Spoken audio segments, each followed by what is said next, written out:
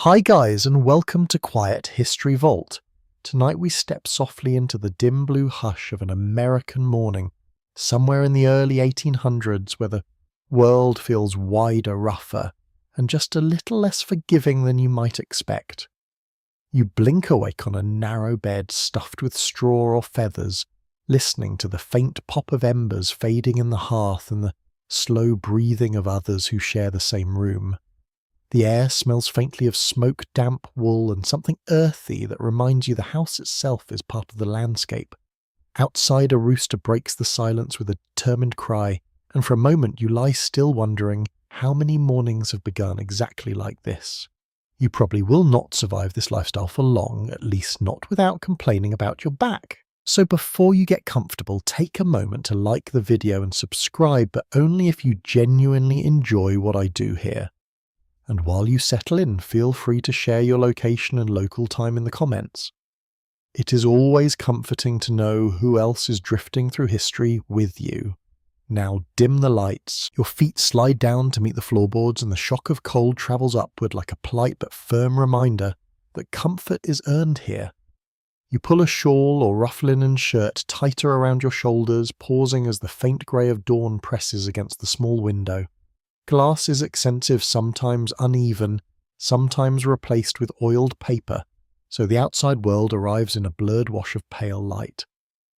Somewhere nearby a cow lows impatiently. Somewhere farther off a dog barks as if announcing the coming day. A commonly accepted historical fact is that most Americans in this era rise with the sun because artificial light is costly and dim. Candles must be made or purchased. Oil for lamps is precious. Darkness is not an inconvenience, but a boundary. Your body adjusts to this rhythm whether you like it or not. Sleep comes early and waking comes early too, and the hours between are shaped by nature more than personal preference. You stretch slowly, feeling the stiffness of muscles that never fully relax. Mattresses are thin. Bedding is practical rather than luxurious. Even in wealthier households, warmth depends on how close you sleep to the hearth or how many blankets you can pile over yourself. You rub your hands together and notice faint calluses forming along your palms. Life here demands effort from everyone, and your body is already learning its lesson. In the next room, you hear movement. Someone is stirring ashes, coaxing a reluctant flame back to life. The smell of smoke grows stronger, mixed now with the sharp tang of kindling. Fire is both servant and tyrant. It warms the house, cooks, the food dries damp with silk clothes, yet it also requires constant attention. Let it fade, and you shiver. Let it rage, and you risk losing everything. Historians still argue whether the daily management of household fires was one of the most time-consuming, invisible labours of 19th century domestic life, or simply one more task absorbed into routine without much complaint. You shuffle closer, extending your hands toward the timid glow. Sparks rise and fall like fireflies trapped indoors. The room brightens just enough to reveal familiar shapes. A wooden table scarred by years of use. Pegs on the wall holding coats and hats. A pair of boots left near the door crusted with yesterday's mud. Each object tells a quiet story of repetition. Each morning the same steps, each evening the same return. A quirky detail you might not expect is that many families share beds not only for warmth, but also for practicality. Space is limited. Houses are small. Privacy is a concept that feels more like a luxury than a right. You become accustomed to the sounds of others sleeping, coughing, whispering in dreams. At first it feels strange, then it becomes strangely comforting, like a reminder that survival here is a shared project. You move toward the door and lift the latch. The outside air greets you with a brisk embrace that smells of damp earth and distant wood smoke. Dew clings to the grass, soaking through thin shoes in seconds. The sky is a soft wash of lavender and pale gold. For a moment the world seems impossibly calm. No engines hum, no electron lights flicker. only the slow awakening of birds and the steady creak of trees shifting in the breeze. A horse stamps in the yard, its breath forming ghostly clouds.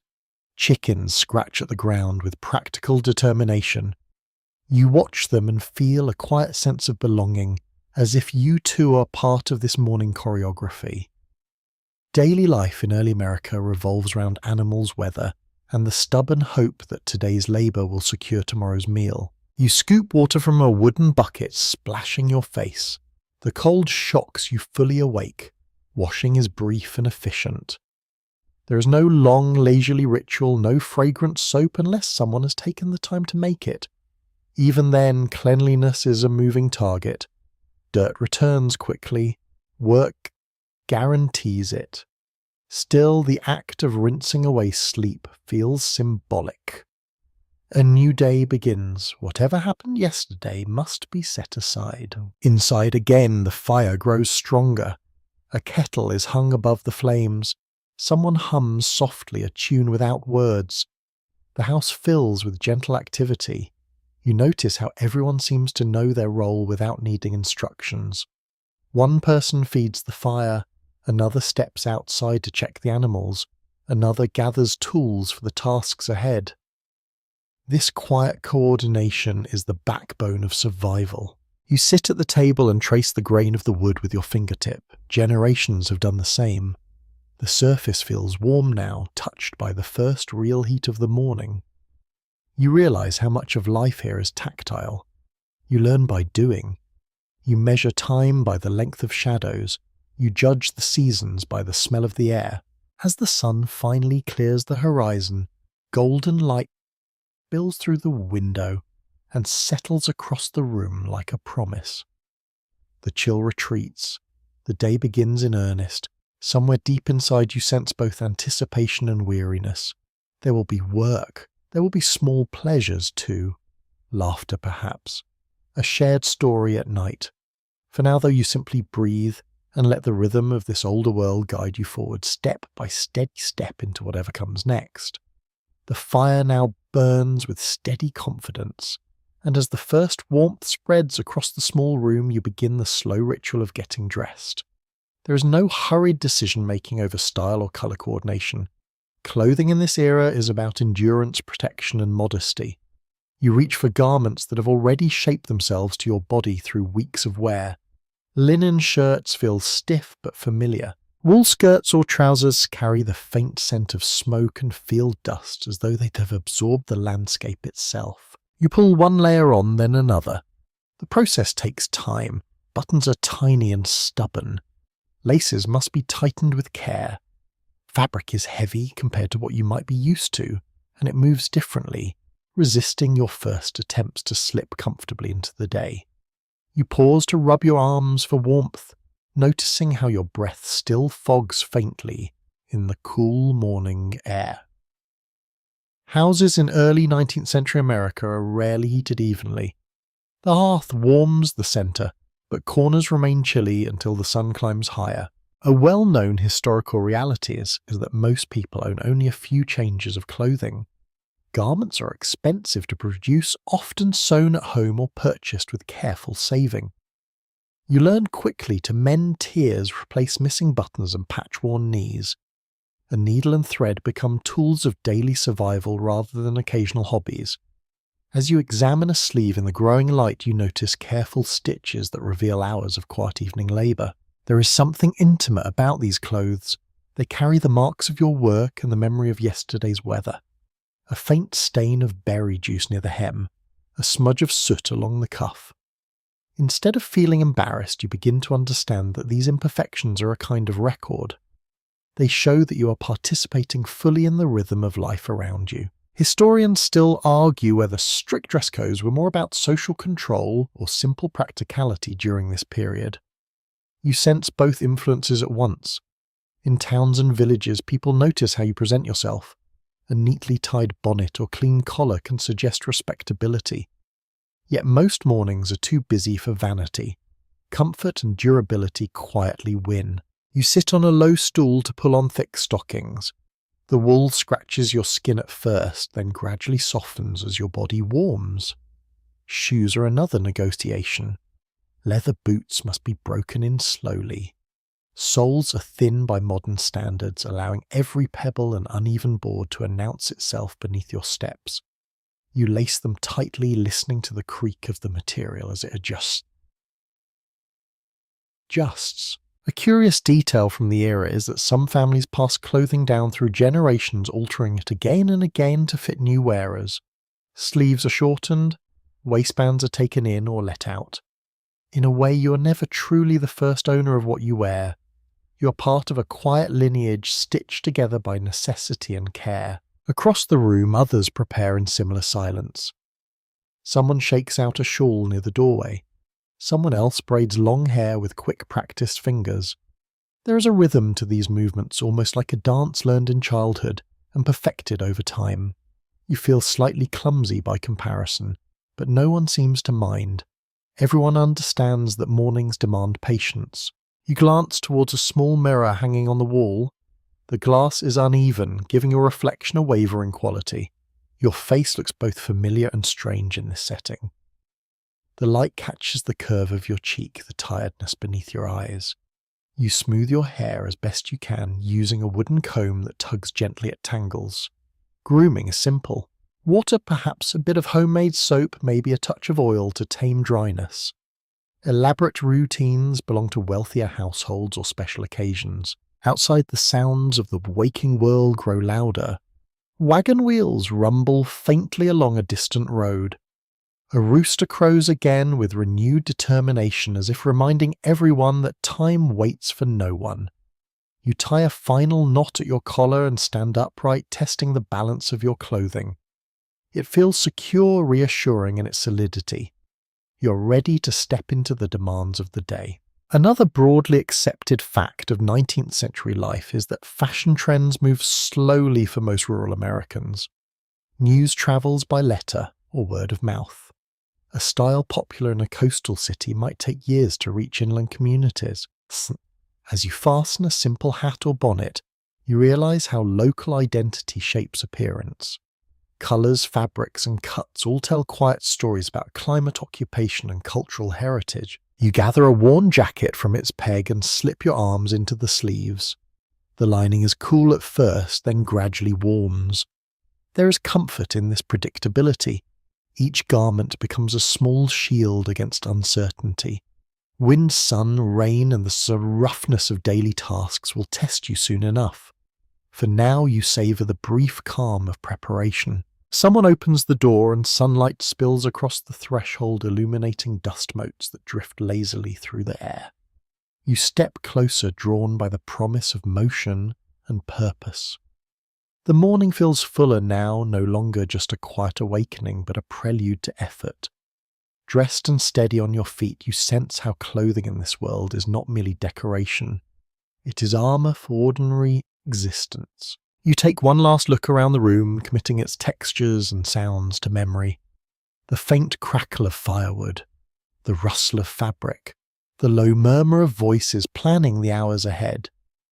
Then you reach for your hat, tilt it against the growing brightness, and move forward into the next unfolding chapter of this long and patient day. By the time you step fully into the kitchen space, the house has begun to hum with purpose.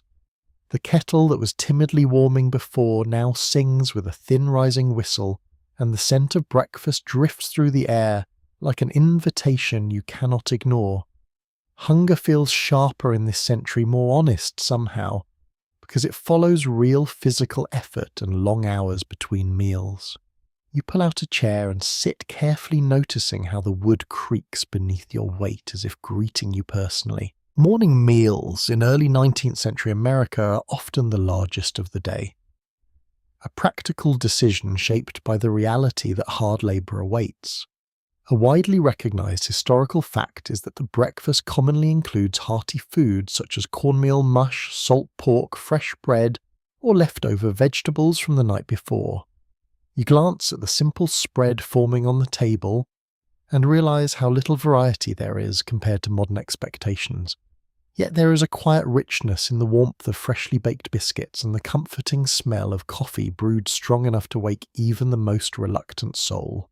You wrap your hands around a tin cup, feeling the heat seep slowly into your fingers.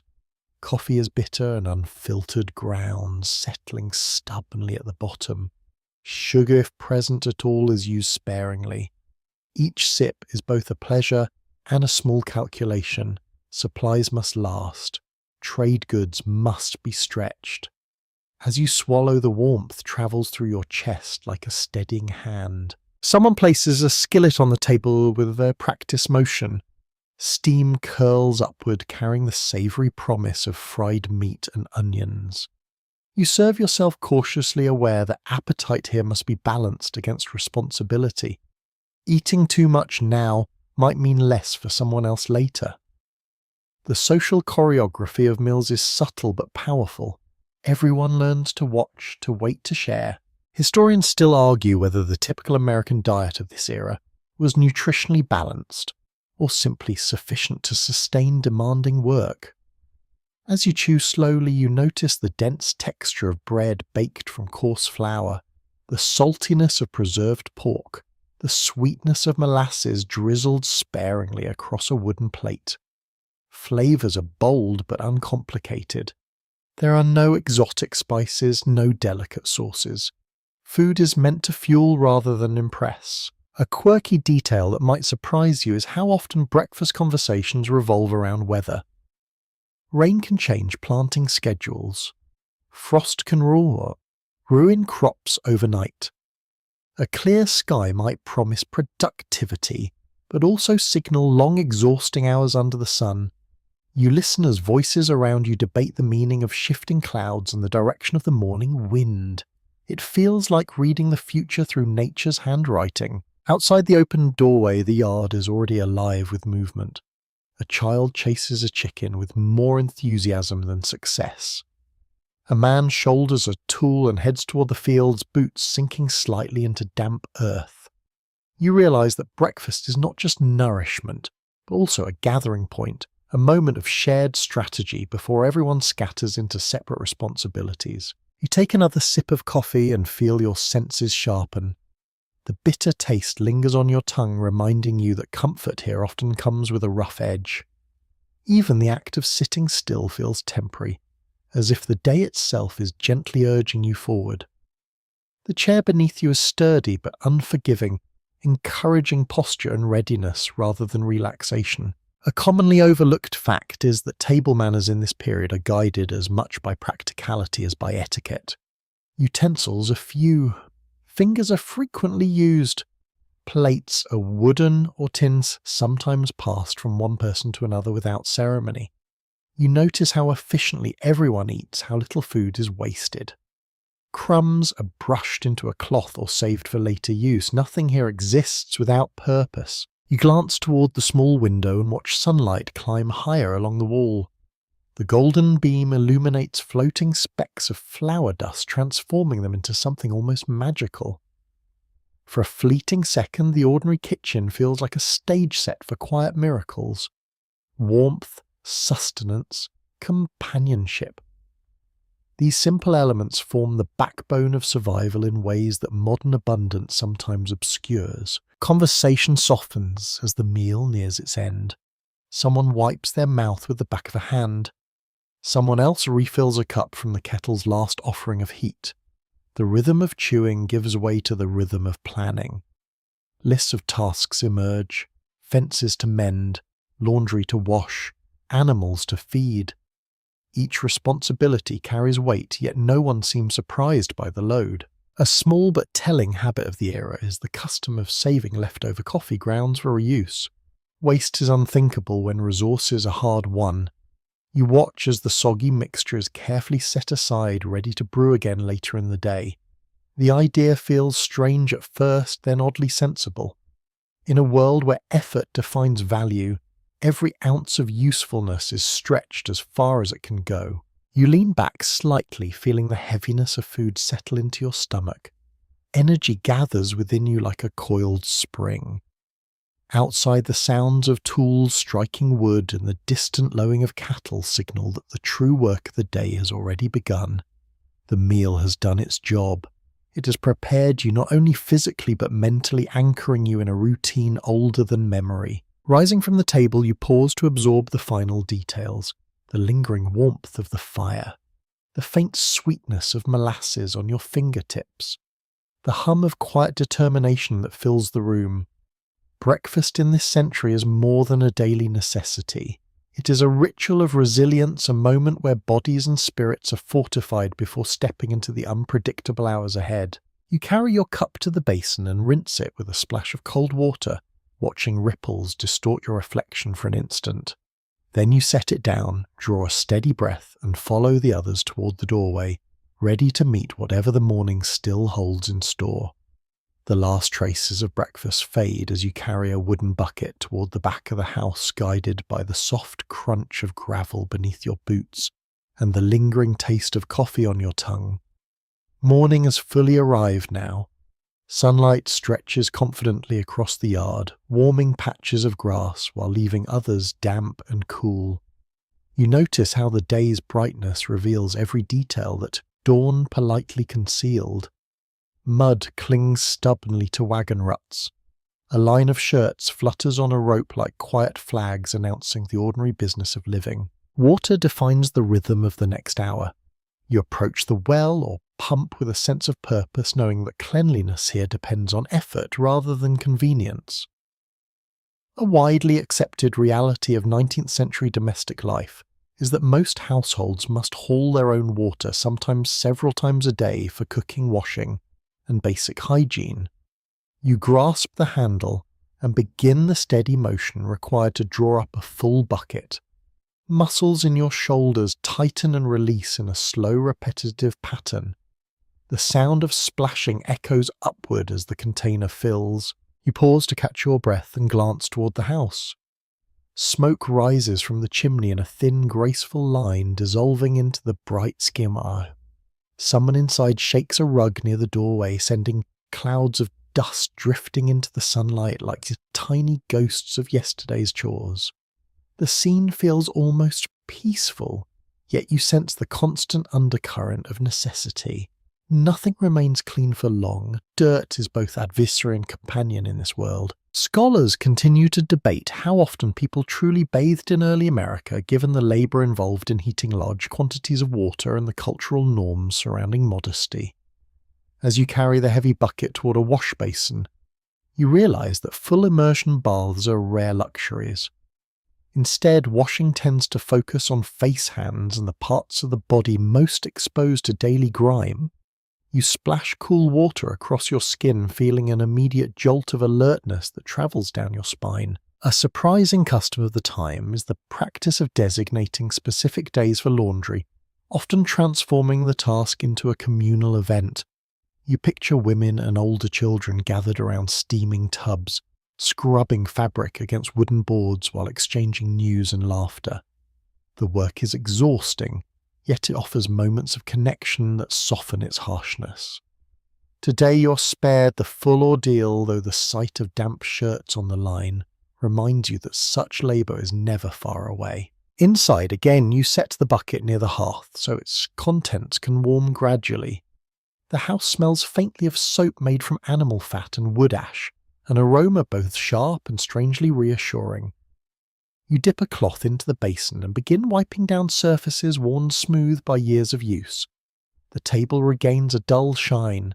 The window ledge loses its coating of dust.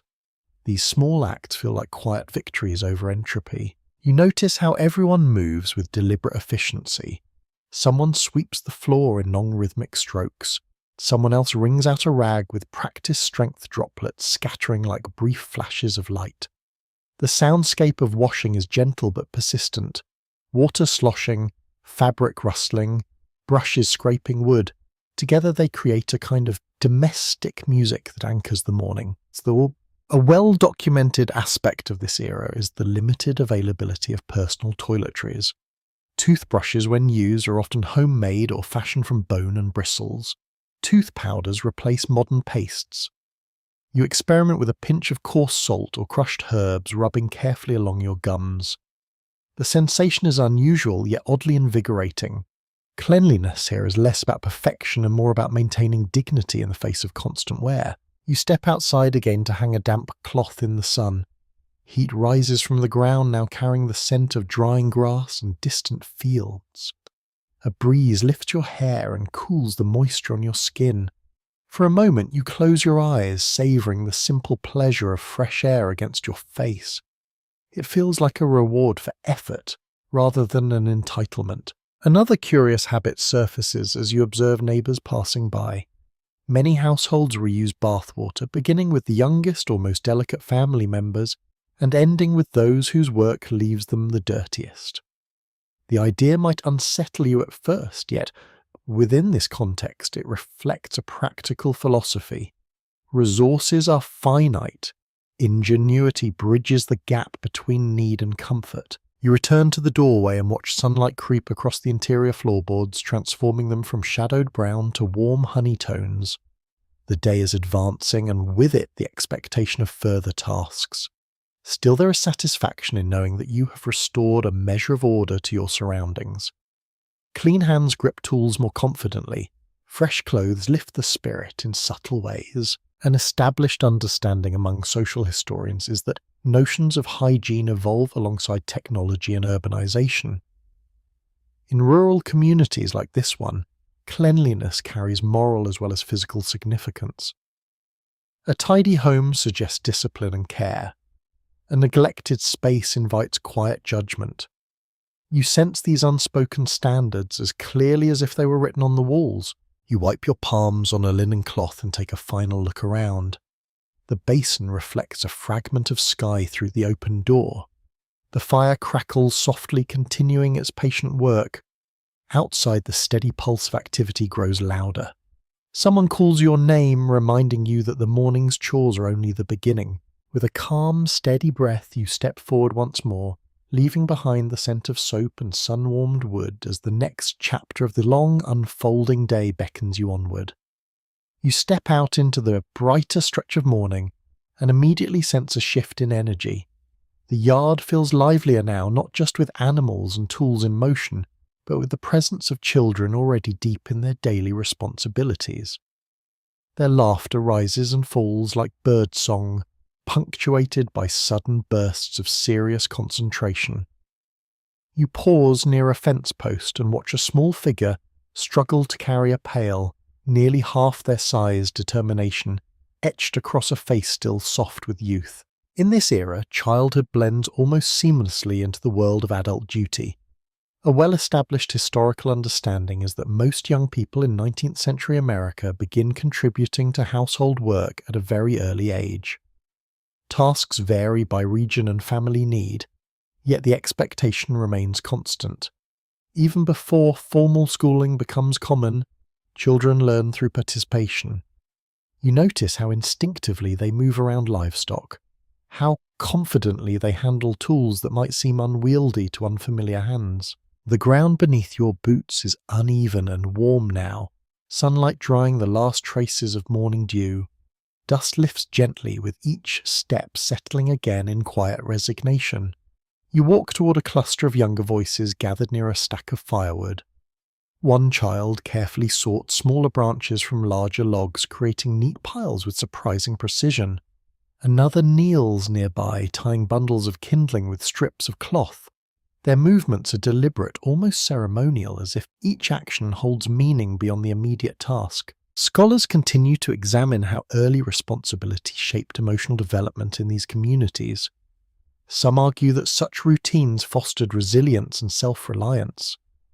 Others suggest that constant labour limited opportunities for leisure and education.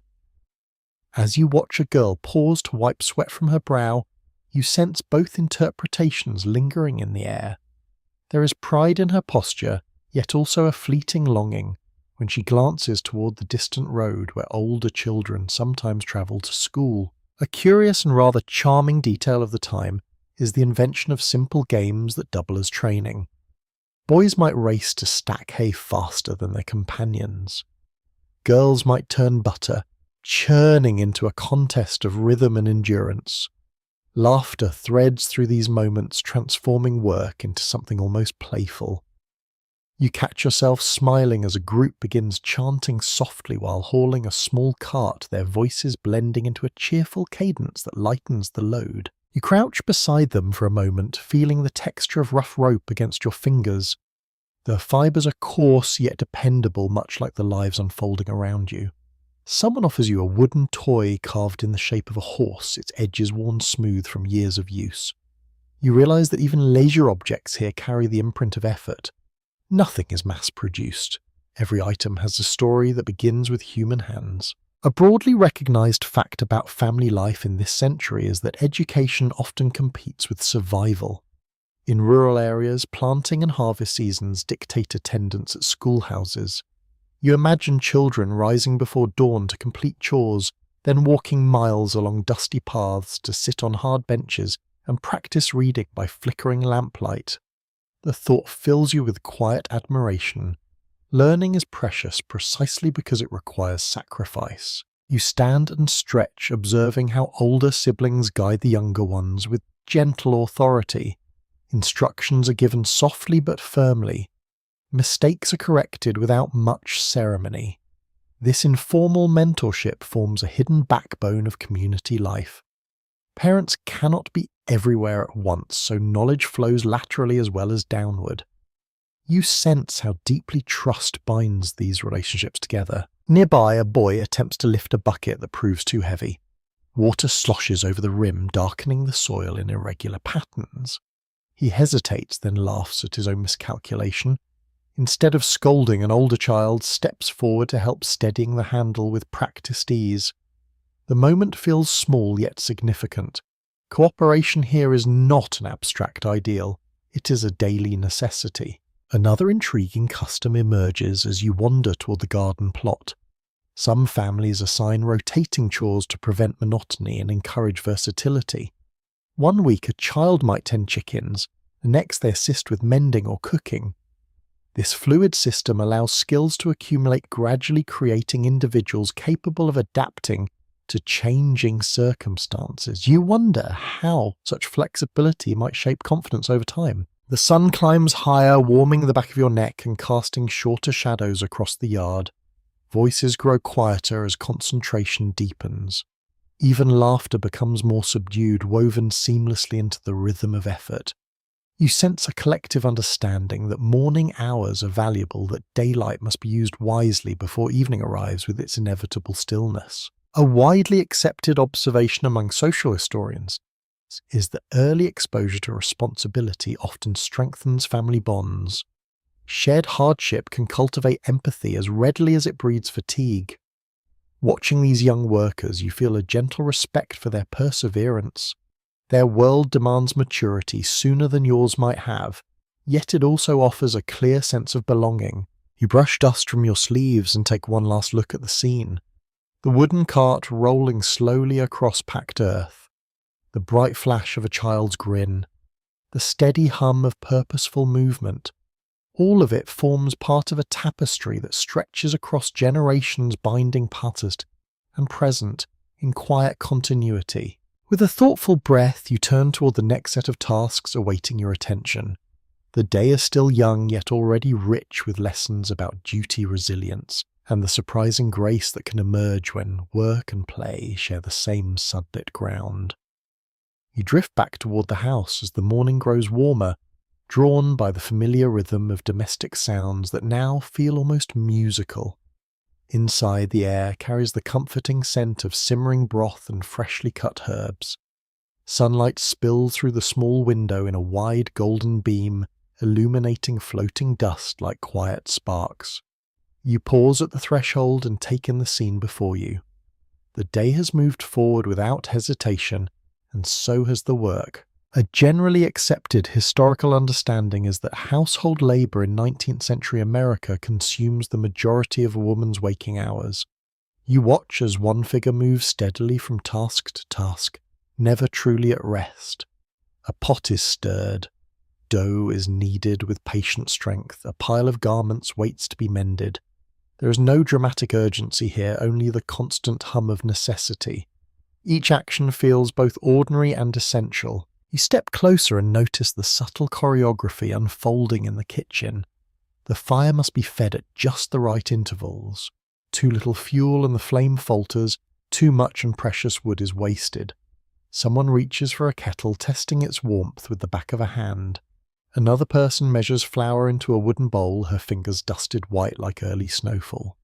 You realize how deeply skill and intuition guide these routines. Scholars still debate how women in this era balance relentless domestic responsibilities with personal aspirations or moments of rest.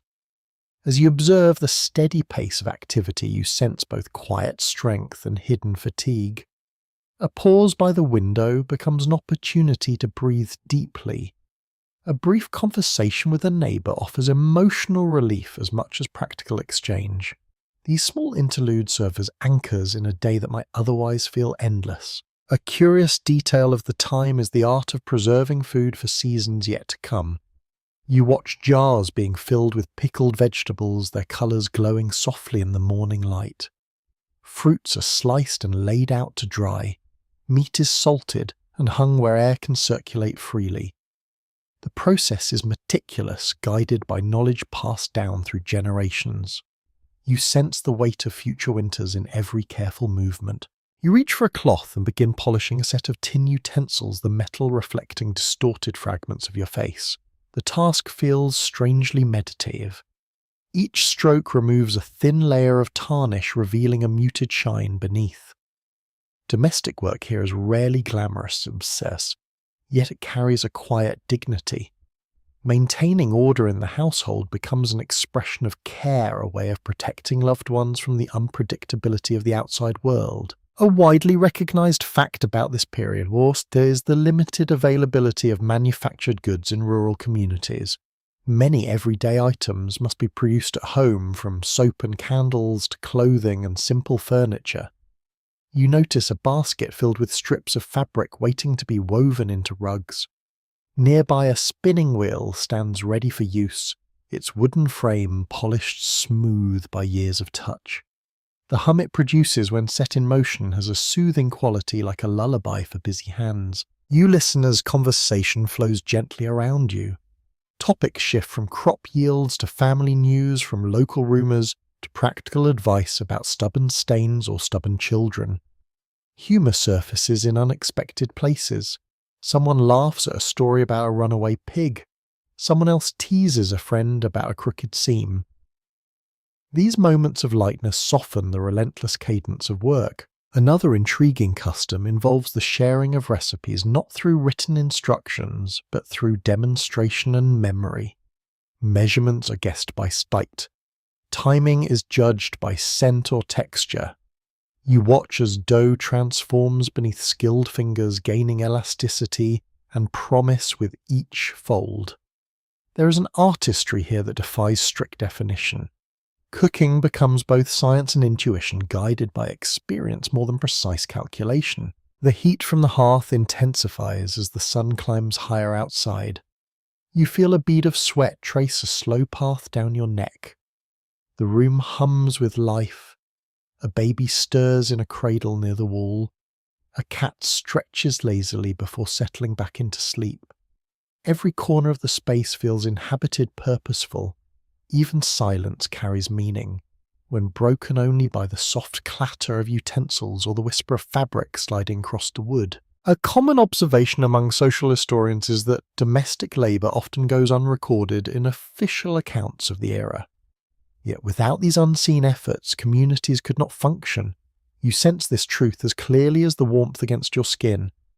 The tasks performed here sustain families, support economies, and shape cultural identity in ways both subtle and profound. You set aside the polished utensils and move toward the doorway for a breath of cooler air. Outside, the world continues its steady expansion into midday. Voices rise from the fields. A wagon creaks along the road. The scent of sun-warmed grass drifts inward, like a gentle promise of movement yet to come. Before stepping away, you glance back at the kitchen once more, the jars catching light, the spinning wheel waiting patiently, the fire at the hearth stirring with quiet determination. You carry this image with you as you cross the threshold. aware that the rhythm of household work will continue long after you have turned your attention to other duties. The day presses forward, inviting you into its unfolding story where every task, no matter how humble, contributes to the larger tapestry of life in this restless and resilient century. You leave the warmth of the kitchen behind and follow the sound of steady movement towards the open land beyond the house. Morning has matured into full daylight now. The sky stretches wide and pale above you, and the sun carries a strength that promises both productivity and fatigue. Each step across the yard brings a subtle shift in atmosphere. The air smells less of smoke and more of soil, grass, and distant sweat. Work in the outside world has already begun in earnest. A broadly acknowledged historical truth is that most men in 19th century America earn their living through physical labour tied closely to land trade or manual skill. You watch as figures move methodically across fields or around workshop benches, their gestures shaped by a repetition and necessity. The rhythm feels almost hypnotic. A shovel bites into earth. A hammer strikes wood with measured precision. A scythe sweeps through tall grass in a graceful arc that ends with a soft whisper. You approach the edge of a field where rows of crops stretch toward the horizon, like lines in a carefully written story. Soil clings to your boots, warm and crumbly beneath your weight.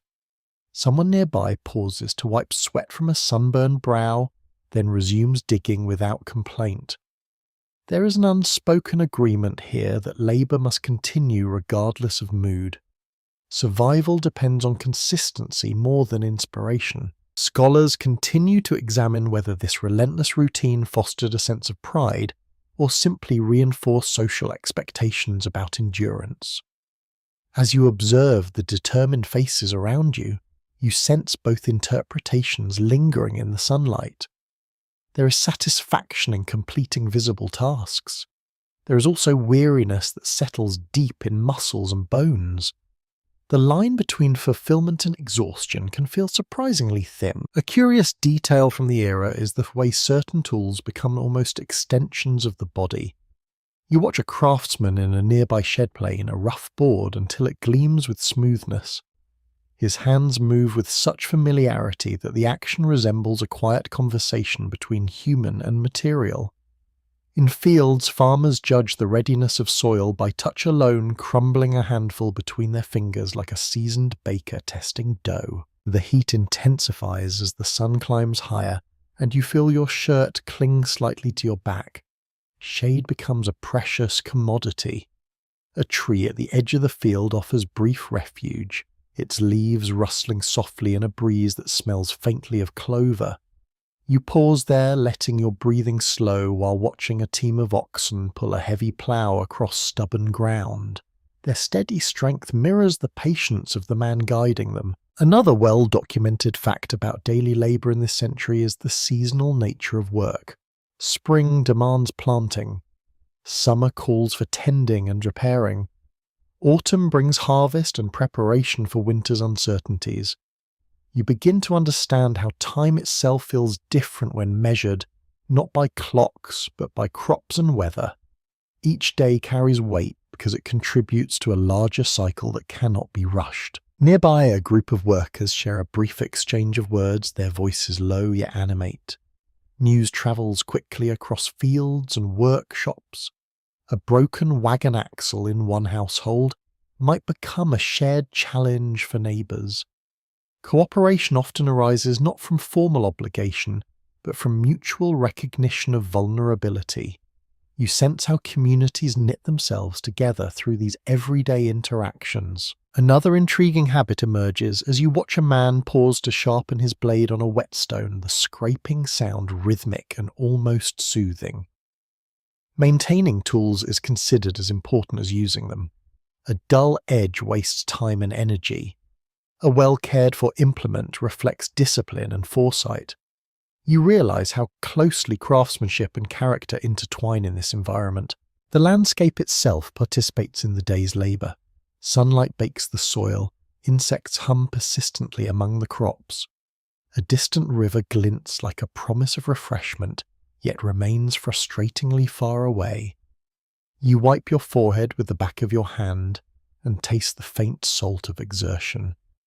Effort here is tangible, measurable in aching muscles and dirt beneath fingernails. A commonly noted observation among social historians is that occupational identity shapes social standing in subtle but powerful ways.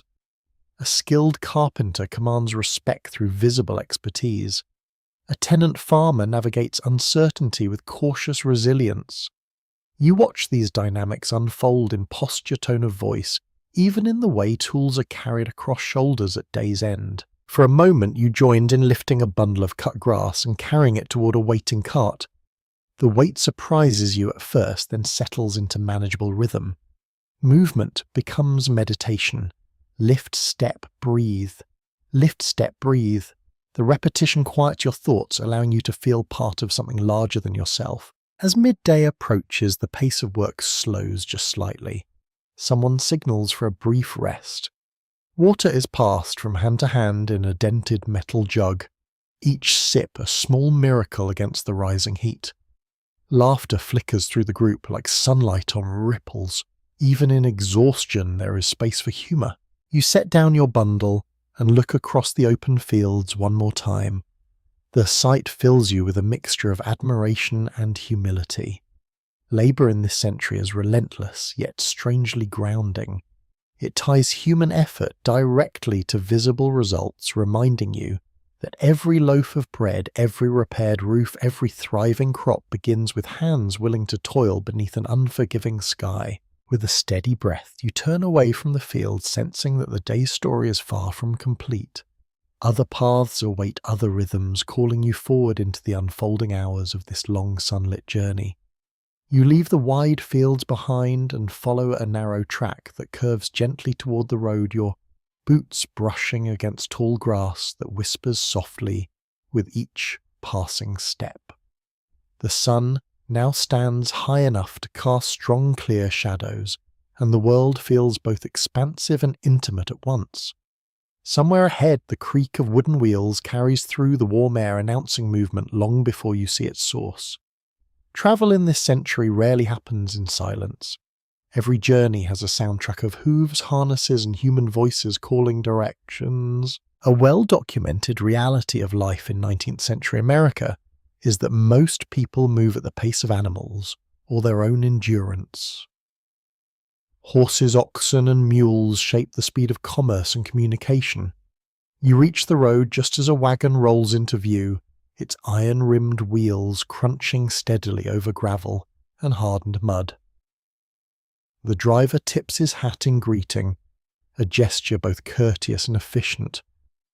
On the back of the wagon, sacks of grain shift gently with each bump, releasing faint, dusty scents into the breeze. You step aside to let the vehicle pass, feeling a small cloud of grit settle across your sleeves.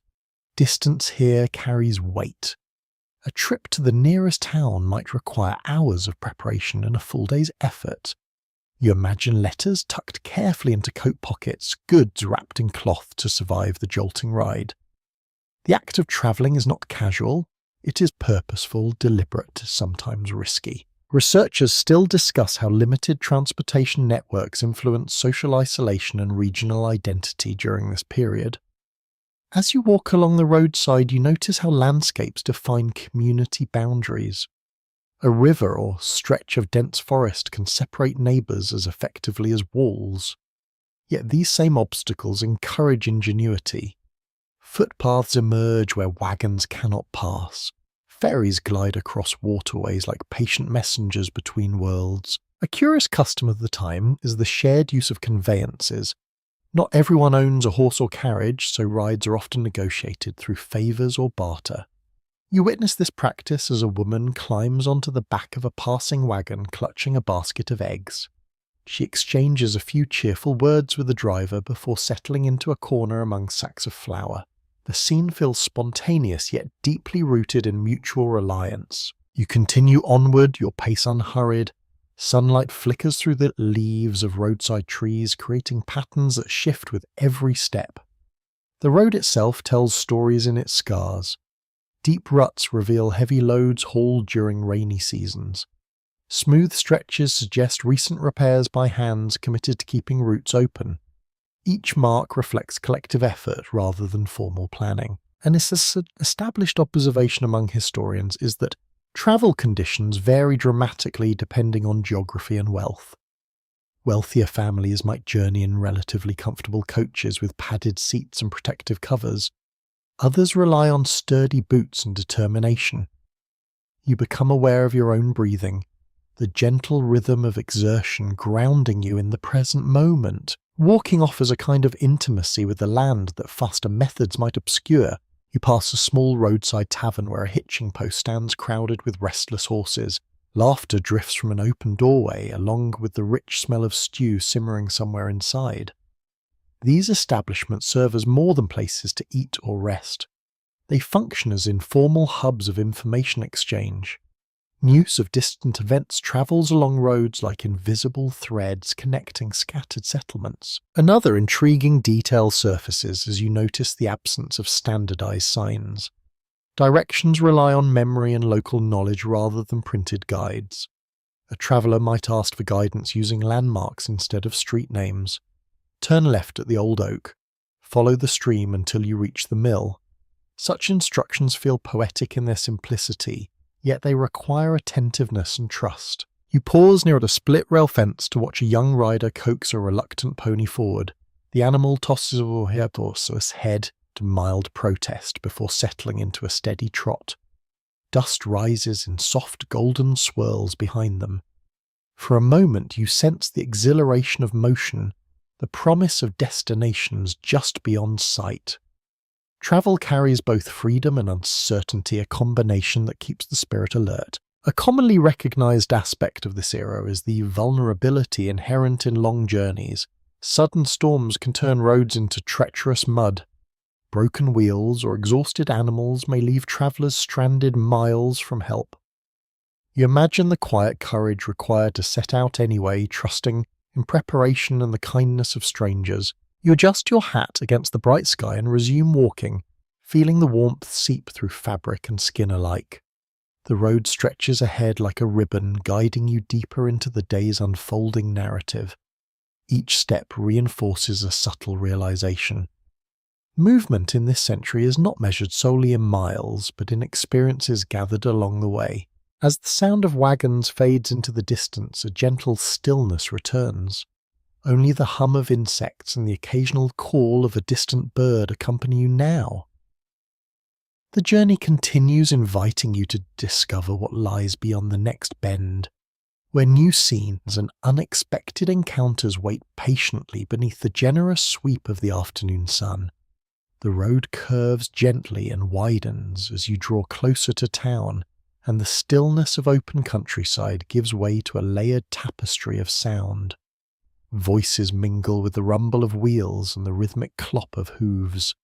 A faint metallic clang rings from somewhere ahead, perhaps a blacksmith's hammer striking its anvil with measured persistence. You pause for a moment at the edge of this growing commotion, sensing how daily life gathers momentum in places where people meet to trade gossip and negotiate the delicate balance of survival. A commonly recognized reality of 19th century towns is that they function as centers of exchange rather than mere collections of houses. You step forward along a street lined with wooden storefronts, their painted signs faded by sun and weather. Mud clings to the roadway in irregular patches, stubborn evidence of recent rain. You navigate carefully, feeling the ground shift beneath your boots. Even in bustling areas, infrastructure remains a work in progress. The scent of fresh bread drifts from an open bakery door, mingling with the sharper aroma of leather from a nearby cobbler's shop. You pass a window where bolts of cloth hang like quiet promises of transformation. Inside, a woman runs her fingers across the fabric as if testing its character.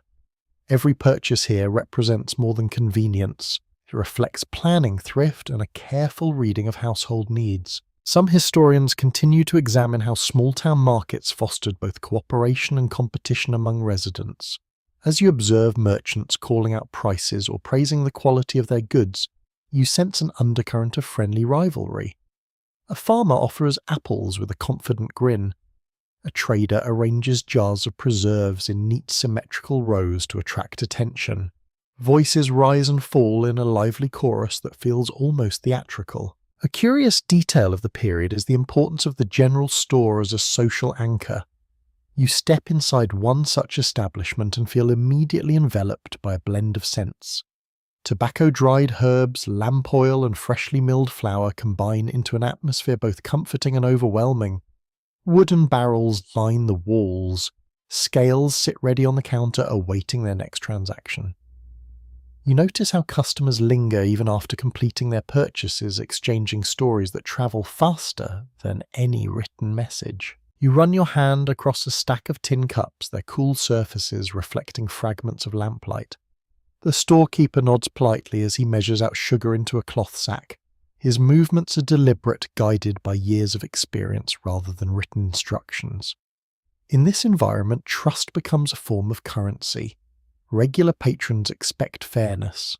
Merchants rely on reputation to secure future business. An established observation among social historians is that public spaces like this also shape community identity. News of births, deaths, and distant political debates circulates alongside information about crop yields or missing livestock. You overhear a conversation about a new road proposed beyond the river. Opinions differ. Some welcome easier access to trade. Others fear the loss of familiar quiet. The future feels present in these everyday discussions. Outside, again, you watch children weave through clusters of adults with playful agility.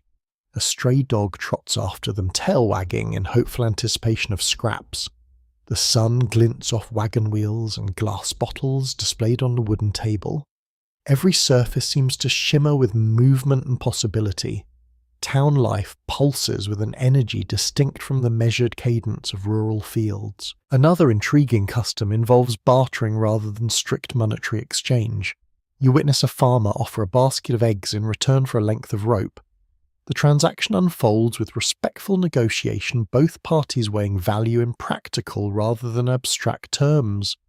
Such interactions reveal a flexible economy shaped by necessity and mutual understanding. You pause near the town square where a notice board stands covered with handwritten announcements.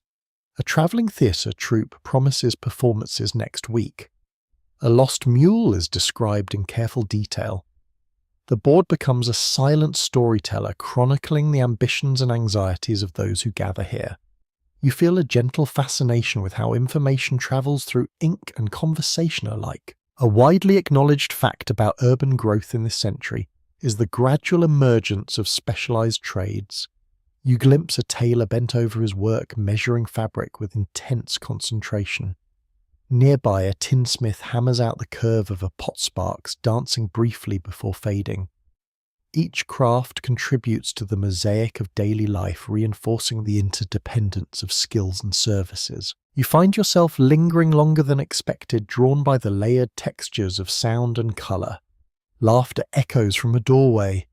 A fiddle strikes up a lively tune somewhere down the street. Even the breeze carries fragments of conversation as it slips between buildings. The town feels alive in a way that invites participation while also offering moments of quiet observation. Eventually, you turn away, stepping back onto the road with a renewed awareness of how communities sustain themselves through shared effort and exchange. The noise softens behind you, replaced once more by the steady rhythm of your own footsteps. Yet the impressions remain vivid. The smell of bread, the warmth of sunlight on worn timber, the hum of human connection that defines life in places where every face is both familiar and essential. With a calm, steady breath, you continue onward, ready to discover what further layers of this day's story await beyond the next rise in the road. You walk on until the lively sounds of town fade into a softer countryside hush, and soon your thoughts turn again to the question of food. Hunger in this century feels less like a passing distraction and more like a steady companion that must be anticipated and respected. The sun now leans toward afternoon brightness, warming the fields in wide golden sheets. Somewhere nearby, the faint scent of drying corn drifts through the air, reminding you that what people eat depends as much on the calendar as on personal preference. A widely recognized feature of 19th century life is the strong connection between diet and the agricultural seasons. You pass a garden patch where leafy greens bend slightly in the breeze, their surfaces glistening with recent watering. In spring and early summer, meals often rely on fresh produce gathered just hours before cooking. Later in the year, preserved foods become essential.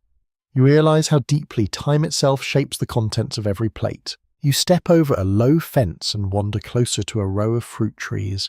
Apples hang like small lanterns among dark leaves, some still firm and green, others flushed with ripeness. The ground beneath them is scattered with windfall fruit that releases a sweet, earthy fragrance as you move through it. You pick one up and brush away a trace of dirt, marveling at the simple luxury of eating something grown within sight of the kitchen door. Researchers continue to explore how regional climates influence culinary habits during this period. In northern areas, root vegetables and hearty grains dominate winter fare. In warmer regions, corn, beans, and seasonal fruits shape daily meals. As you bite into the apple, its crispness feels like a celebration of abundance that will not last forever. Every harvest carries both satisfaction and quiet urgency. A curious detail of the time is the widespread reliance on preservation techniques that transform fresh ingredients into long-lasting staples. You recall the jars of pickled vegetables catching sunlight in the kitchen earlier. Now you imagine smokehouses where strips of meat hang slowly curing in fragrant air. Drying racks hold slices of pumpkin or apple that will later soften in soups and pies. These practices blur the boundary between cooking and planning for survival. You continue along a path that leads toward a farmhouse porch shaded by climbing vines. A table stands outside already set with simple crockery and a jug of cool water. Someone has prepared a midday meal to sustain workers returning briefly from fields or workshops. The arrangement feels both practical and welcoming. Food becomes a shared pause in the relentless motion of the day. A well-established observation among social historians is that communal eating reinforces family bonds and social hierarchy at the same time. You take a seat at the edge of the table, noticing how portions are distributed with quiet awareness of age, gender, and labour intensity. Bread is sliced thickly. A stew of beans and salted meat steams gently in a cast-iron pot. You ladle a modest serving into your bowl, feeling gratitude rise with the warmth. You taste the mixture slowly. The flavours are straightforward yet deeply satisfying. Salt sharpens the richness of meat. Beans provide substance that lingers pleasantly in the stomach. A drizzle of molasses adds faint sweetness like a whispered promise of dessert that may or may not appear. Meals here rarely aim to impress. They aim to endure. Another intriguing custom emerges as conversation turns to planting schedules and weather predictions. Some families mark seasonal transitions with small celebrations centered on food. A successful harvest might inspire a communal feast. The first strawberries of summer might be shared among neighbours as tokens of goodwill. Such traditions infuse ordinary eating with symbolic meaning, connecting nourishment to gratitude and hope. You sip from the jug and feel cool water slide down your throat, washing away the dust of travel. The act feels restorative in a way that goes beyond physical need. Around you, voices soften as fatigue mingles with satisfaction. A child leans against a parent's arm, half listening to stories about past winters. The scene carries a gentle, timeless quality that invites reflection. A commonly noted fact about this era is the scarcity of imported luxuries for most households. Tea spices and refined sugar remain occasional treats rather than daily staples. You notice how even the simplest ingredients are appreciated for their ability to sustain rather than merely delight. This perspective reshapes your own sense of value. Abundance becomes less about variety and more about reliability. You finish your meal and help clear the table, stacking bowls with careful attention. The sun glints off their surfaces, turning each into a brief mirror of sky. Someone gathers leftovers into cloth bundles to be saved for evening. Waste is unthinkable when tomorrow's provisions remain uncertain. Standing once more, you take a slow breath of warm scented air. Fields stretch outward in patient expectation. Trees rustle softly as if sharing secrets of past harvests. You feel nourished not only by food, but by the knowledge that survival here depends on cooperation between human effort and natural cycles. With steady steps, you move away from the porch and back toward the path ahead. The afternoon waits with new challenges and quiet discoveries, inviting you to continue this long unfolding journey through the textures and tastes of everyday life in a century shaped by seasons' resilience and the enduring art of making do. You leave the farmhouse behind and follow a shaded path that winds toward a cluster of smaller dwellings. The afternoon sun softens slightly as clouds gather in slow drifting formations above you. A faint coolness settles into the air, bringing with it the scent of damp soil and crushed leaves. As you walk, you become aware of another quieter aspect of daily life in this century. The constant presence of minor illness and the careful rituals people develop to cope with it. You notice a woman seated on a low step, gently pressing a cloth to her temple while speaking with a neighbour. Nearby, a child coughs into his sleeve, his face flushed from exertion or perhaps a lingering fever. These scenes do not carry panic, only a calm acceptance that discomfort is part of ordinary existence. A commonly recognised historical reality is that medical care in early 19th century America remains limited, especially in rural areas. Physicians may travel long distances to reach patients, and many families rely on their own knowledge of remedies. You pause beside a small herb garden growing in neat rows against a wooden fence. Leaves release sharp and sweet fragrances when brushed by your hand. Mint cools the air with its freshness. Sage offers a grounding, earthy scent. You realise how deeply people trust these plants to ease pain or settle troubled stomachs. Healing here often begins with observation and persistence rather than immediate intervention. Scholars continue to examine whether home remedies provided genuine relief or simply comforted the mind in uncertain circumstances. As you watch someone crush dried chamomile flowers into a steaming cup of water, you sense both possibilities coexisting. The warmth of the drink soothes the throat. The act of caring for another person strengthens emotional bonds. Even if results vary, the ritual itself carries meaning. A curious detail of the era is the widespread use of poultices made from simple ingredients such as bread onions or herbs. You glimpse a cloth bundle tied carefully around an injured wrist, its contents releasing faint aromatic steam. The treatment feels both humble and inventive, reflecting a willingness to experiment within the boundaries of available knowledge. Necessity shapes creativity in subtle ways. You continue along the path until you reach a modest building with a sign indicating it serves as both apothecary and meeting place for local advice. Inside shelves hold glass jars filled with powders and tinctures that catch the afternoon light in amber hues. The air smells faintly medicinal, a blend of alcohol and dried roots.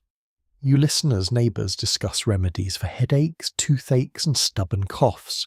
Each suggestion is offered with earnest conviction. A widely accepted fact about health in this period is the prevalence of dental discomfort due to limited preventive care. You overhear someone recount a recent extraction performed with minimal tools and maximum bravery. The story carries a hint of dark humour laughter, masking lingering fear. You feel a sympathetic ache in your own G imagining the sensation. Outside again, you sit on a fallen log and observe the slow passing of clouds. A breeze brushes against your face, carrying the distant sound of a church bell marking the hour. Time here unfolds through natural cues as much as through human invention. Illness interrupts these rhythms, yet also reinforces community solidarity. When one person suffers, others often step forward to share workloads or provide meals. Another intriguing habit involves the belief that fresh air and sunlight contribute to recovery. You watch as a blanket is spread beneath a tree, allowing an ailing relative to rest outdoors while still feeling part of daily life. The practice reflects both intuition and cultural tradition.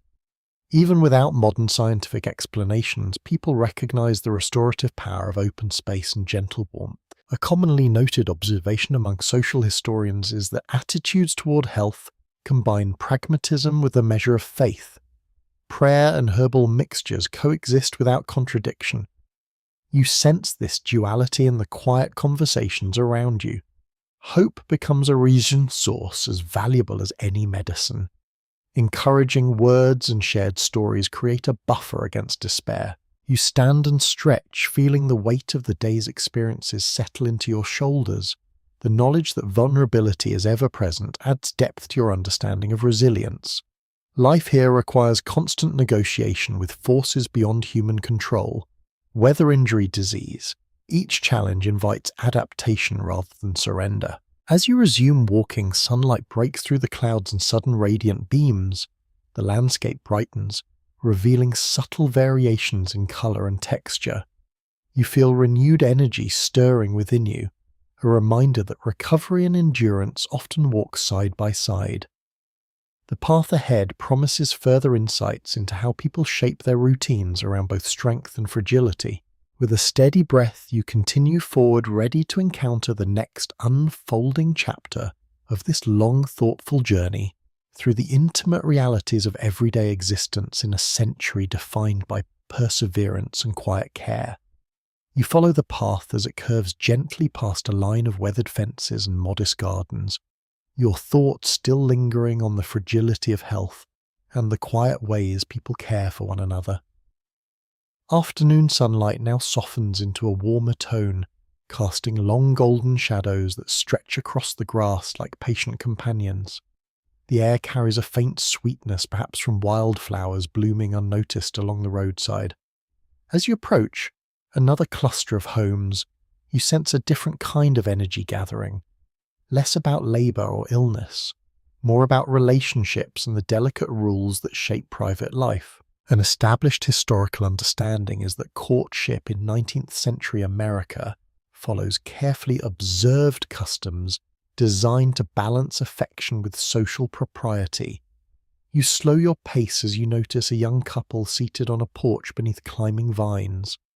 Their conversation is quiet, punctuated by shy laughter and thoughtful pauses. A chaperone sits nearby, sewing with practiced concentration while still remaining gently attentive. Romance here unfolds under watchful eyes guided by community expectations rather than spontaneous impulse. You lean against a fence post and listen to the murmur of voices carried on the breeze. Promises are rarely spoken outright. Instead, gestures hold meaning. A hand offered to help step over uneven ground. A shared book read aloud in the fading light. Courtship becomes a gradual dance shaped by patience and mutual respect. You feel a curious tenderness in the air, as though even the leaves rustling overhead are invested in the outcome. Researchers continue to explore how economic considerations influence marriage decisions during this period. Love and practicality often intertwine. A partnership might secure land, strengthen family alliances, or ensure survival through cooperative labour. As you watch the young pair exchange a brief, earnest glance, you sense the weight of future responsibilities hovering just beyond their smiles. A charming and somewhat unexpected detail of the time is the tradition of exchanging small handmade tokens as symbols of commitment. A ribbon embroidered with initials, a carved wooden brooch.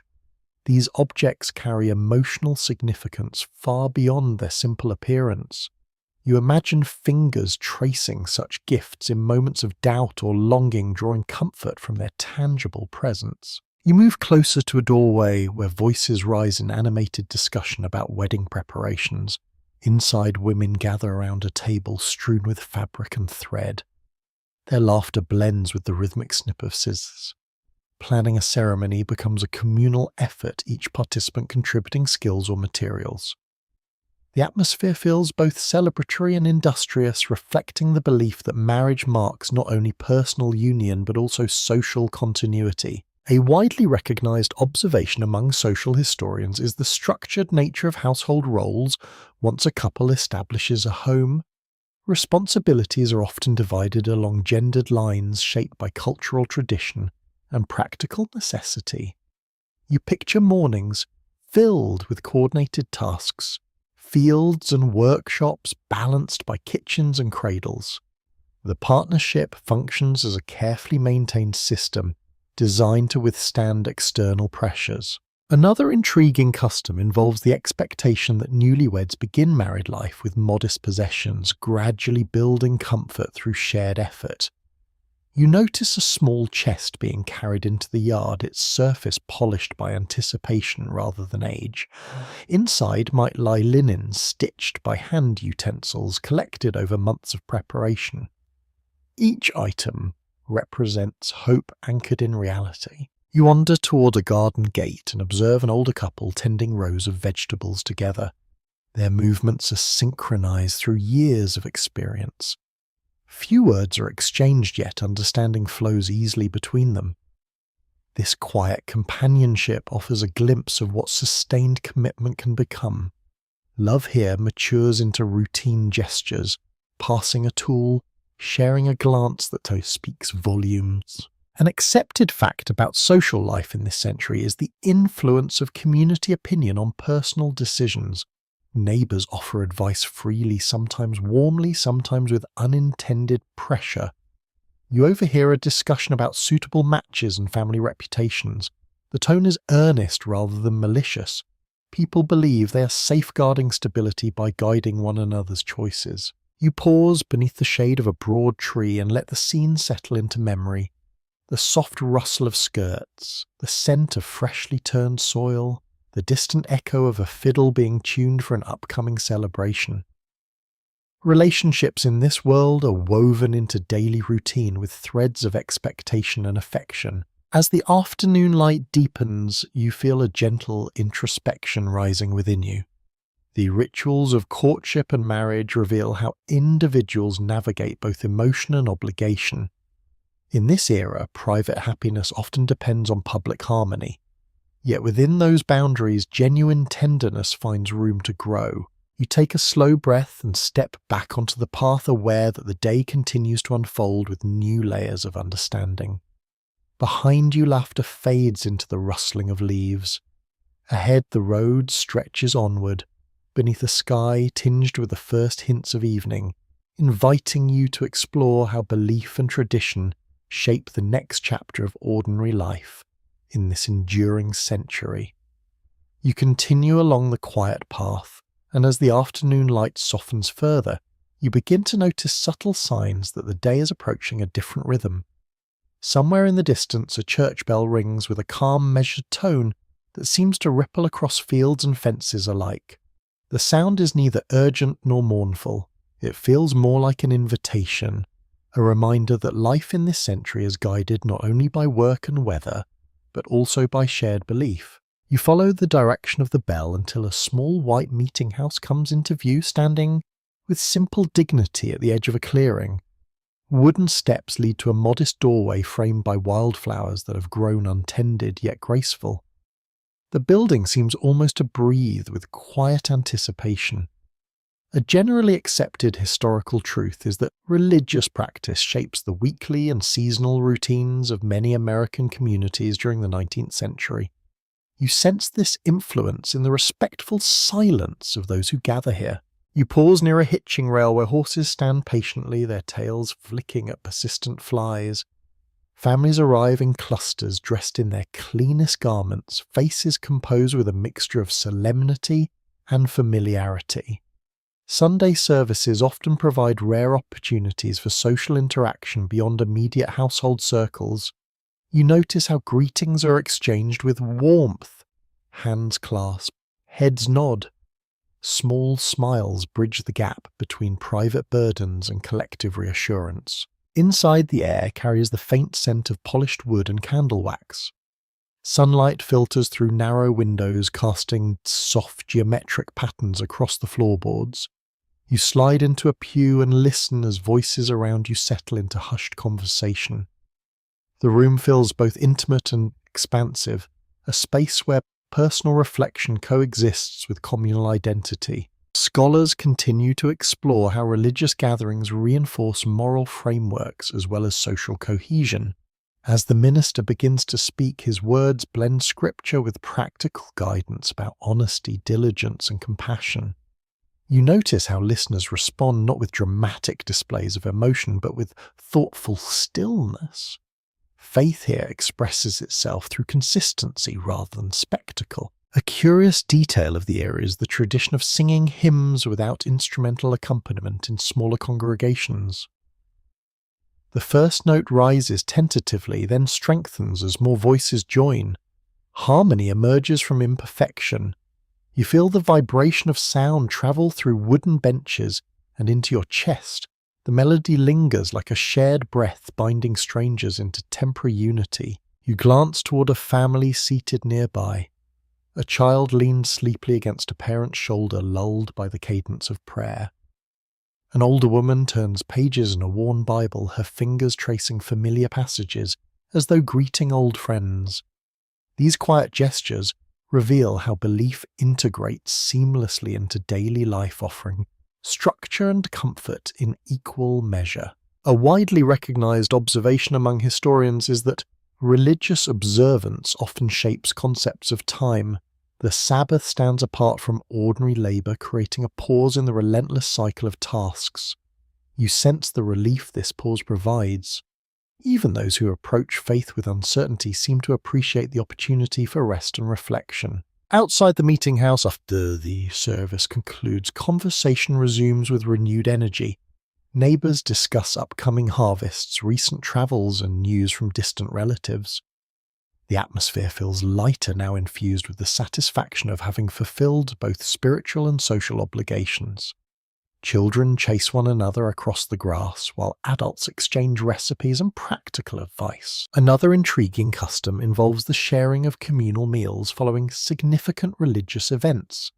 Long tables might be set with simple dishes prepared collectively, reinforcing the idea that nourishment of the body complements nourishment of the spirit. You imagine laughter echoing beneath open skies, plates passed from hand to hand as stories unfold. You wander a short distance from the gathering and sit beneath a tree whose branches sway gently in the afternoon breeze. The bell's earlier resonance still lingers in your memory like a note that refuses to fade completely. You realize how belief here serves as both anchor and compass. It steadies individuals during hardship and guides decisions about family work and community conduct. A commonly acknowledged fact about this period: the diversity of denominations across different regions. Meeting houses vary in architecture and ritual, yet the underlying desire for connection remains consistent. You reflect on how shared values create a sense of belonging that transcends physical boundaries. As the sun dips lower toward the horizon, golden light washes across the clearing, transforming ordinary grass into a shimmering carpet. Voices gradually disperse. Horses are led away. Doors close with soft, decisive clicks. The day begins its slow transition toward evening, carrying with it the echoes of prayer and song. You rise from your resting place and take a final look at the simple building standing quietly against the sky. Its presence feels reassuring rather than imposing. Then you turn back toward the path, aware that the next phase of this unfolding journey will reveal how people find joy and diversion once the serious duties of faith and labour have been honoured. With steady steps and a thoughtful heart, you move forward into the deepening glow of late afternoon, ready to discover the small pleasures that help balance the weight of responsibility in this enduring century. You leave the quiet clearing behind and follow a narrow footpath that winds through tall grass, shimmering in the late afternoon light. The seriousness of prayer and reflection slowly gives way to a lighter atmosphere. Voices drift across the fields in bursts of laughter. Somewhere ahead, the bright, quick notes of a fiddle skip through the air like playful stones tossed across water. You feel a gentle curiosity stirring inside you. After long hours of labour and solemn gatherings, people in this century still find moments to enjoy themselves. A well-known feature of daily life in 19th century America is the importance of simple forms of entertainment that require little expense. You reach a small open space near a farmhouse where several families have gathered. Children chase one another in looping circles, their footsteps thudding softly on packed earth. Adults sit on wooden benches or lean against fences, sharing stories that ripple through the group like warm currents. Leisure here does not arrive in elaborate packages. It grows naturally from companionship and shared experience. You settle on the grass and let your gaze wander across the scene. A young man tunes his fiddle with careful concentration, drawing the bow across strings until the sound settles into a confident tone. When he begins to play, music lifts into the air with surprising vitality. Feet tap instinctively. A woman claps her hands in rhythm, encouraging others to join in. Soon couples form loose lines and begin a lively dance that sends skirts swaying and dust swirling in golden clouds. Researchers often discuss how such gatherings strengthen community bonds while providing emotional relief from demanding routines. You sense this truth in the way smiles appear more easily now, unburdened by the weight of earlier tasks. Even those who do not dance seem content simply to watch, absorbing the energy like sunlight on their skin. A charming detail from the era is the popularity of storytelling as evening approaches. You notice an older man settling onto a crate, his eyes bright with anticipation. Children cluster near his knees, eager for tales of distant travels or humorous mishaps with stubborn livestock. His voice rises and falls with theatrical flair, weaving imagination into the fabric of everyday reality. Laughter follows each unexpected twist, soft and genuine. You stretch out your legs and feel the ground still warm beneath you. The scent of trampled grass mingles with the faint sweetness of nearby blossoms. Someone passes around a basket of sliced apples and coarse bread, informal refreshments that taste better simply because they are shared.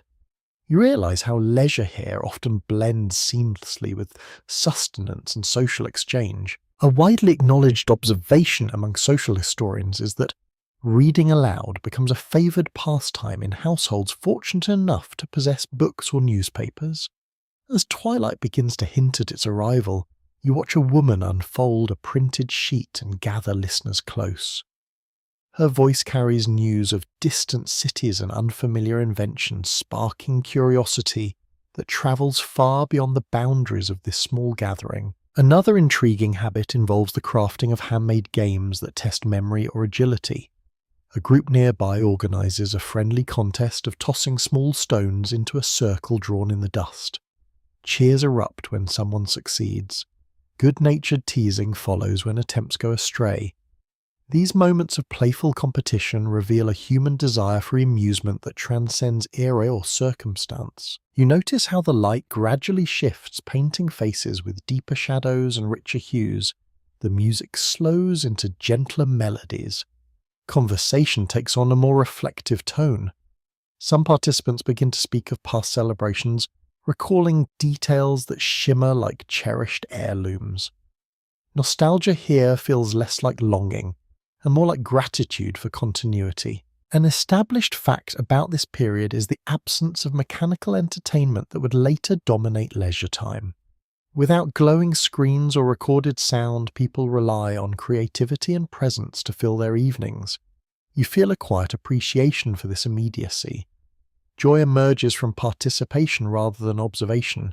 Every laugh, every note of music exists fully in the moment. You rise and wander toward the edge of the gathering, watching fireflies begin to flicker among tall stems. Their tiny lanterns mirror the first stars appearing overhead. Someone lights a small lantern near the porch, its warm glow casting elongated silhouettes across the yard. The scene feels both fleeting and timeless, as though it could be unfolding in any century where human beings seek comfort in one another. A commonly noted insight among historians is that such communal recreation helps balance the physical and emotional demands of agrarian life. Shared pleasure becomes a quiet form of resilience. It reminds individuals that survival is not the sole purpose of existence. There is space, however modest, for delight. You take a slow breath and let the evening sounds settle into your memory. The final strains of the fiddle fade into the gentle chorus of crickets. Voices soften, footsteps grow fewer. One by one, families begin to gather their belongings and prepare for the return home. With a sense of calm satisfaction, you turn away from the clearing and step back onto the dimming path. The day has offered both challenge and warmth, and now the approaching night promises a different kind of reflection. Ahead, the horizon glows faintly, as if inviting you to witness how weariness and comfort intertwine when evening routines draw everyone back beneath familiar roofs. You leave the last echoes of music behind and continue along a path that feels quieter now, as if the land itself is settling into a thoughtful pause. The air cools gently with the fading sun, carrying a faint scent of damp earth and distant wood smoke. Evening approaches with a kind of soft authority.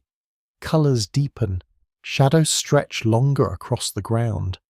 You sense that this hour belongs not to celebration, but to awareness of the many uncertainties that shape everyday life in this century. A widely recognised truth about 19th century existence is the constant presence of danger woven into ordinary routines. You notice a charred patch of grass near a barn, evidence of a small fire recently extinguished. Such incidents are common in communities where open flames provide warmth and light. One careless moment can undo years of effort. You imagine the tense scramble of neighbours forming a bucket line, passing water hand to hand while sparks drift upward like silent warnings. You walk closer to the structure and run your fingers across the rough surface of blackened timber. The texture feels brittle yet resilient, a reminder that recovery often follows hardship. Researchers continue to examine how the threat of disaster shapes collective behaviour during this era. Families plan cautiously. Communities develop informal systems of support. Even simple acts such as storing extra grain or reinforcing fences reflect an underlying awareness of vulnerability. Another source of unease reveals itself as you notice deep wagon ruts filled with murky water along the roadside. Accidents occur easily on uneven terrain. A wheel might snap, a horse might stumble. You recall stories shared earlier about travellers stranded miles from help, relying on patience and ingenuity to find their way home. Movement in this world demands both courage and preparation. A curious detail from the period involves the widespread fear of sudden storms that can transform calm landscapes into scenes of chaos. You glance toward the horizon where dark clouds gather in slow, deliberate formations. The wind shifts, carrying a sharper edge that rustles leaves with restless urgency. You feel a flicker of apprehension balanced by the knowledge that such moments are part of a familiar pattern. People learn to read the sky like a living manuscript. You pass a small cluster of homes where doors stand open to capture the last warmth of daylight. Inside, voices murmur in subdued tones. Someone recounts a recent encounter with a wild animal near the fields. Another speaks of debts owed to a distant merchant. These conversations reveal how fear extends beyond physical threats. Economic uncertainty and social obligations create invisible. Here's the shape of daily decisions. An established observation among social historians is the prevalence of mutual aid during times of crisis. You watch as a neighbour helps repair a damaged fence without expectation of payment. The gesture feels natural rather than heroic.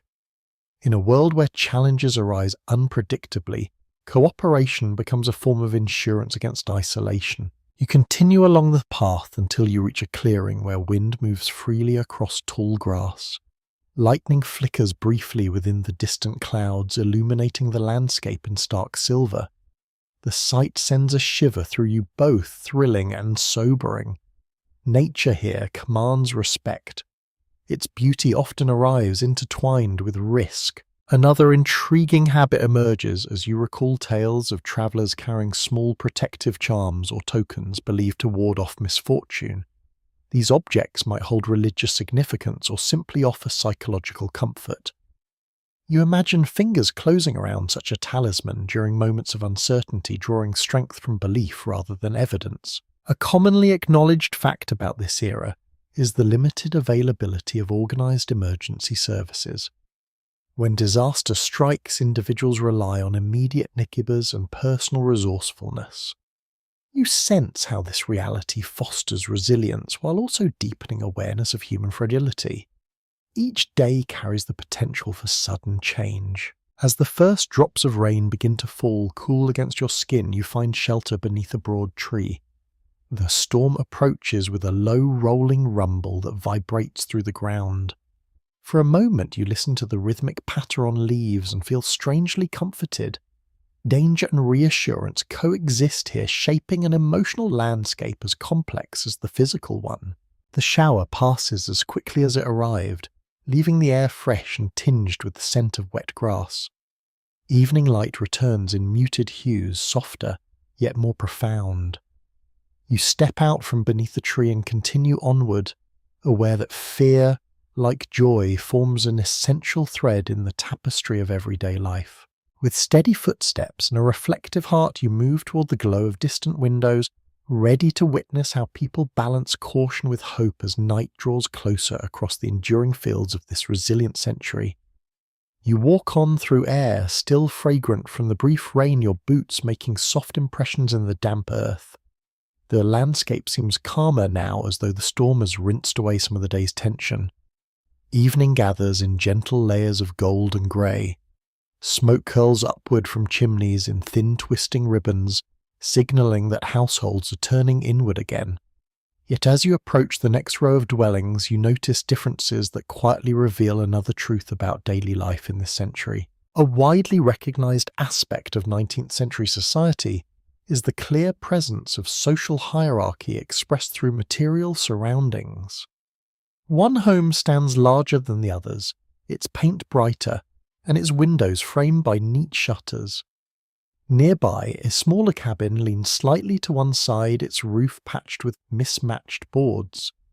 You pause between these structures and sense how space itself reflects status.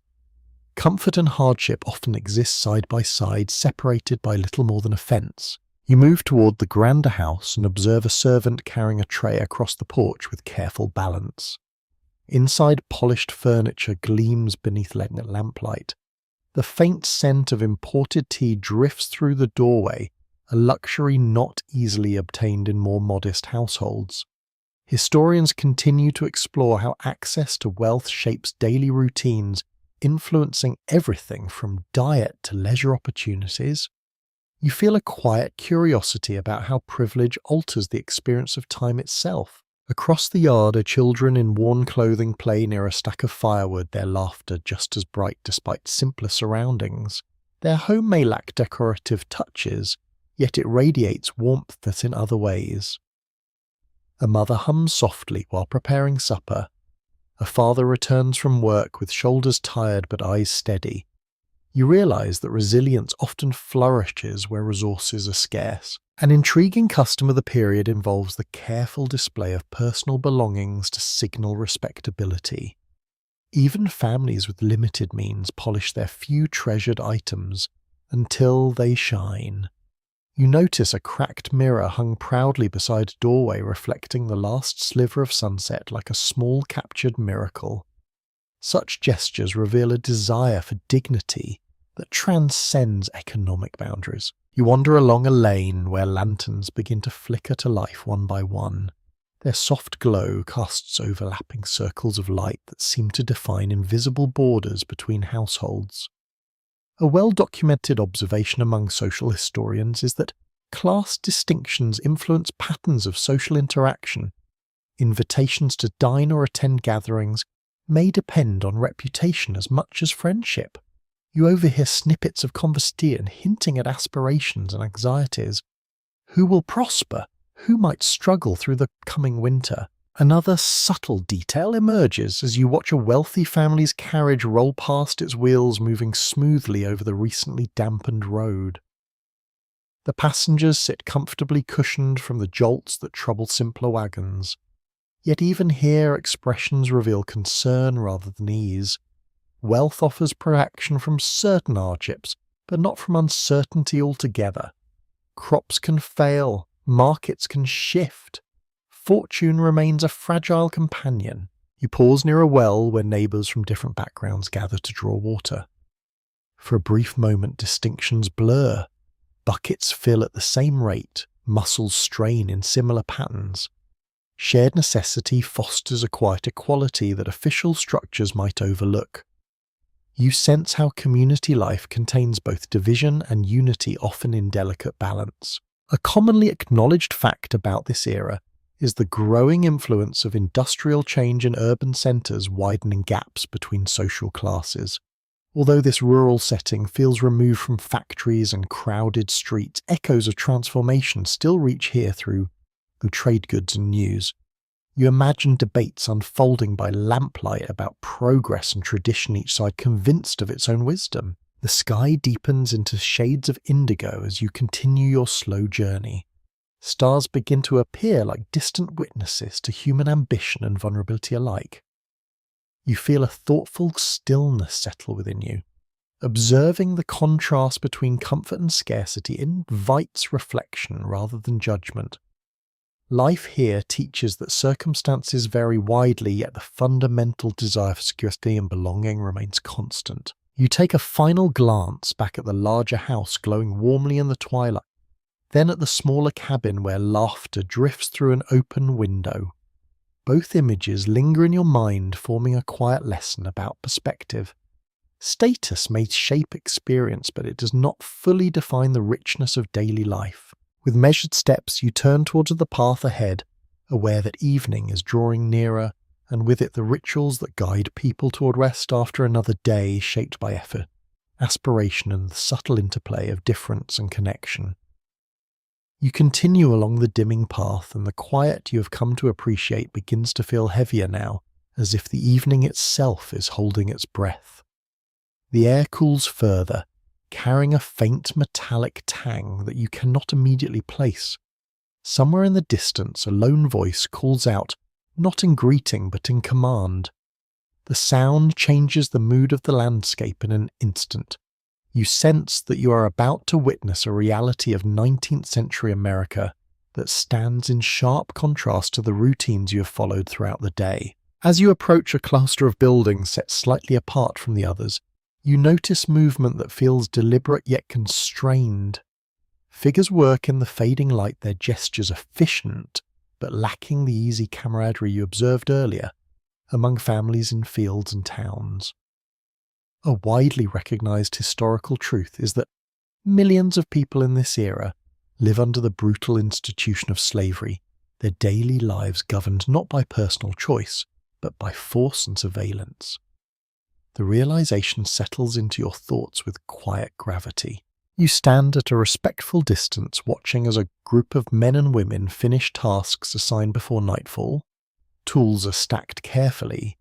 Bundles are carried with measured strength.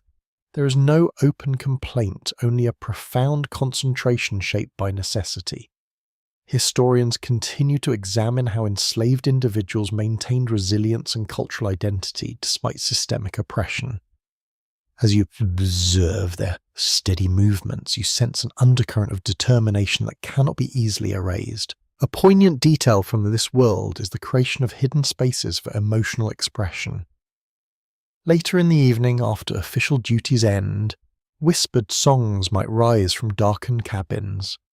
These melodies carry memories of distant homelands and hopes for freedom yet to come. You imagine voices blending in low harmonies that defy the silence imposed by authority. Music becomes both comfort and quiet resistance. You walk slowly along the edge of a field where the last streaks of sunset fade into violet shadows. A lantern swings from a post, casting uneven light across the ground.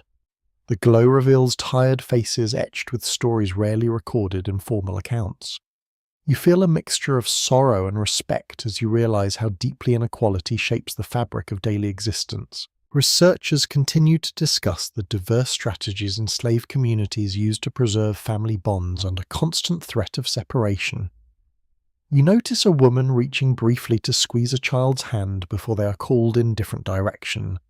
The gesture is small yet filled with urgency.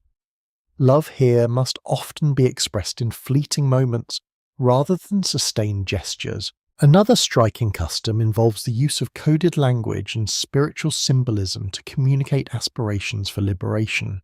You recall hearing fragments of hymns earlier in the day, now layered with new meaning. Faith intertwines with hope in ways both visible and hidden. The landscape itself seems to listen, holding these quiet declarations within its vast memory. You pause near a wooden fence and let your gaze travel across the dim fields. The night insects begin their steady chorus, creating a backdrop of sound that feels almost protective. A commonly acknowledged fact about plantation life is the strict control of movement after dark. Curfews and patrols enforced boundaries designed to limit autonomy. Yet within these constraints, individuals find subtle ways to assert dignity and solidarity. As you stand there, a gentle breeze brushes your face, carrying the scent of pine and distant water. You realize that witnessing this reality changes your understanding of everything you have seen so far. The routines of cooking, travel, worship, and leisure exist within a broader system that denies such freedoms to many. Awareness deepens your appreciation for resilience in all its forms. Another intriguing element of this world is the transmission of oral histories that preserve identity across generations. Elders share stories under starlit skies, ensuring that cultural memory survives even when written records do not.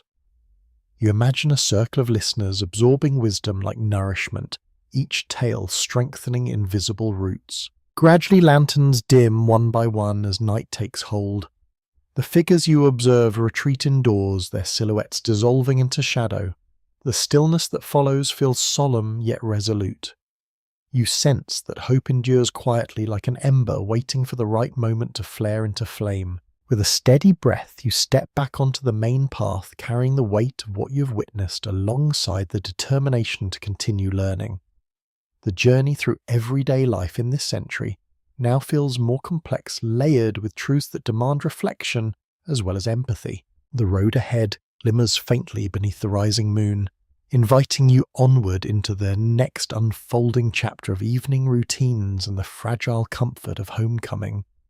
You move onward beneath a sky that has deepened into a calm, luminous blue scattered with the first confident stars of evening. The road feels quieter now, softened by the hush that follows sunset. Yet even in this stillness you sense a subtle anticipation, as if new beginnings are unfolding somewhere just beyond the reach of lantern light. Soon you come upon signs of recently cleared land. Tree stumps rise from the soil like silent witnesses to determined effort. Rough cabins stand in scattered formation, their outlines sharp against the dim horizon. A widely acknowledged feature of 19th century expansion is the constant movement of settlers and immigrants seeking opportunity along new frontiers. You step closer and notice smoke drifting from a chimney improvised from stones and mud. Inside, voices speak in accents unfamiliar yet warm with shared purpose. Families who have travelled great distances now shape routines from raw materials and hopeful resolve. The atmosphere feels both fragile and fiercely alive. You walk across a patch of uneven ground where seedlings push bravely through the soil. The scent of freshly cut timber mingles with that of damp earth, creating an aroma that feels like promise in physical form. Researchers continue to explore how migration transforms cultural identity, blending traditions from different regions into evolving communities. As you observe a woman stirring a pot over an outdoor fire, you hear snippets of songs that carry echoes of distant homelands. A fascinating detail from this world is the habit of building communal spaces before private comforts are fully secured. You notice a simple gathering shelter made from interwoven branches and canvas. Its purpose is clear. Here neighbours will meet to share news, trade tools and support one another through the uncertainties of frontier life. Cooperation becomes not merely admirable but essential for survival in unfamiliar landscapes. You follow a narrow trail that leads toward a small wagon circle where travellers have paused for the night. Horses stand tethered nearby, their silhouettes outlined by flickering flames. A man adjusts the harness straps with practiced hands while another examines a map by lantern glow. These journeys require patience measured not only in miles, but in endurance of spirit. You sense the courage involved in leaving known surroundings behind. An established observation among social historians is the role of storytelling in helping settlers process hardship and maintain optimism. Around the campfire, children listen wide-eyed as elders recount tales of earlier crossings, narrow escapes from storms, and the joy of discovering fertile land. Laughter rises despite fatigue. Shared narrative becomes a bridge between past and future. Another intriguing custom involves the exchange of seeds and recipes among immigrant families from different backgrounds. You watch as a handful of unfamiliar grains passes from one person to another, accompanied by gestures that transcend language. Food here serves as both sustenance and symbol of cultural continuity. New soil nurtures old memories. The night air cools quickly, brushing your cheeks with refreshing clarity. You draw your coat tighter and glance upward at the vast canopy of stars. Without city lights to dim their brilliance, constellations appear vivid and near enough to touch.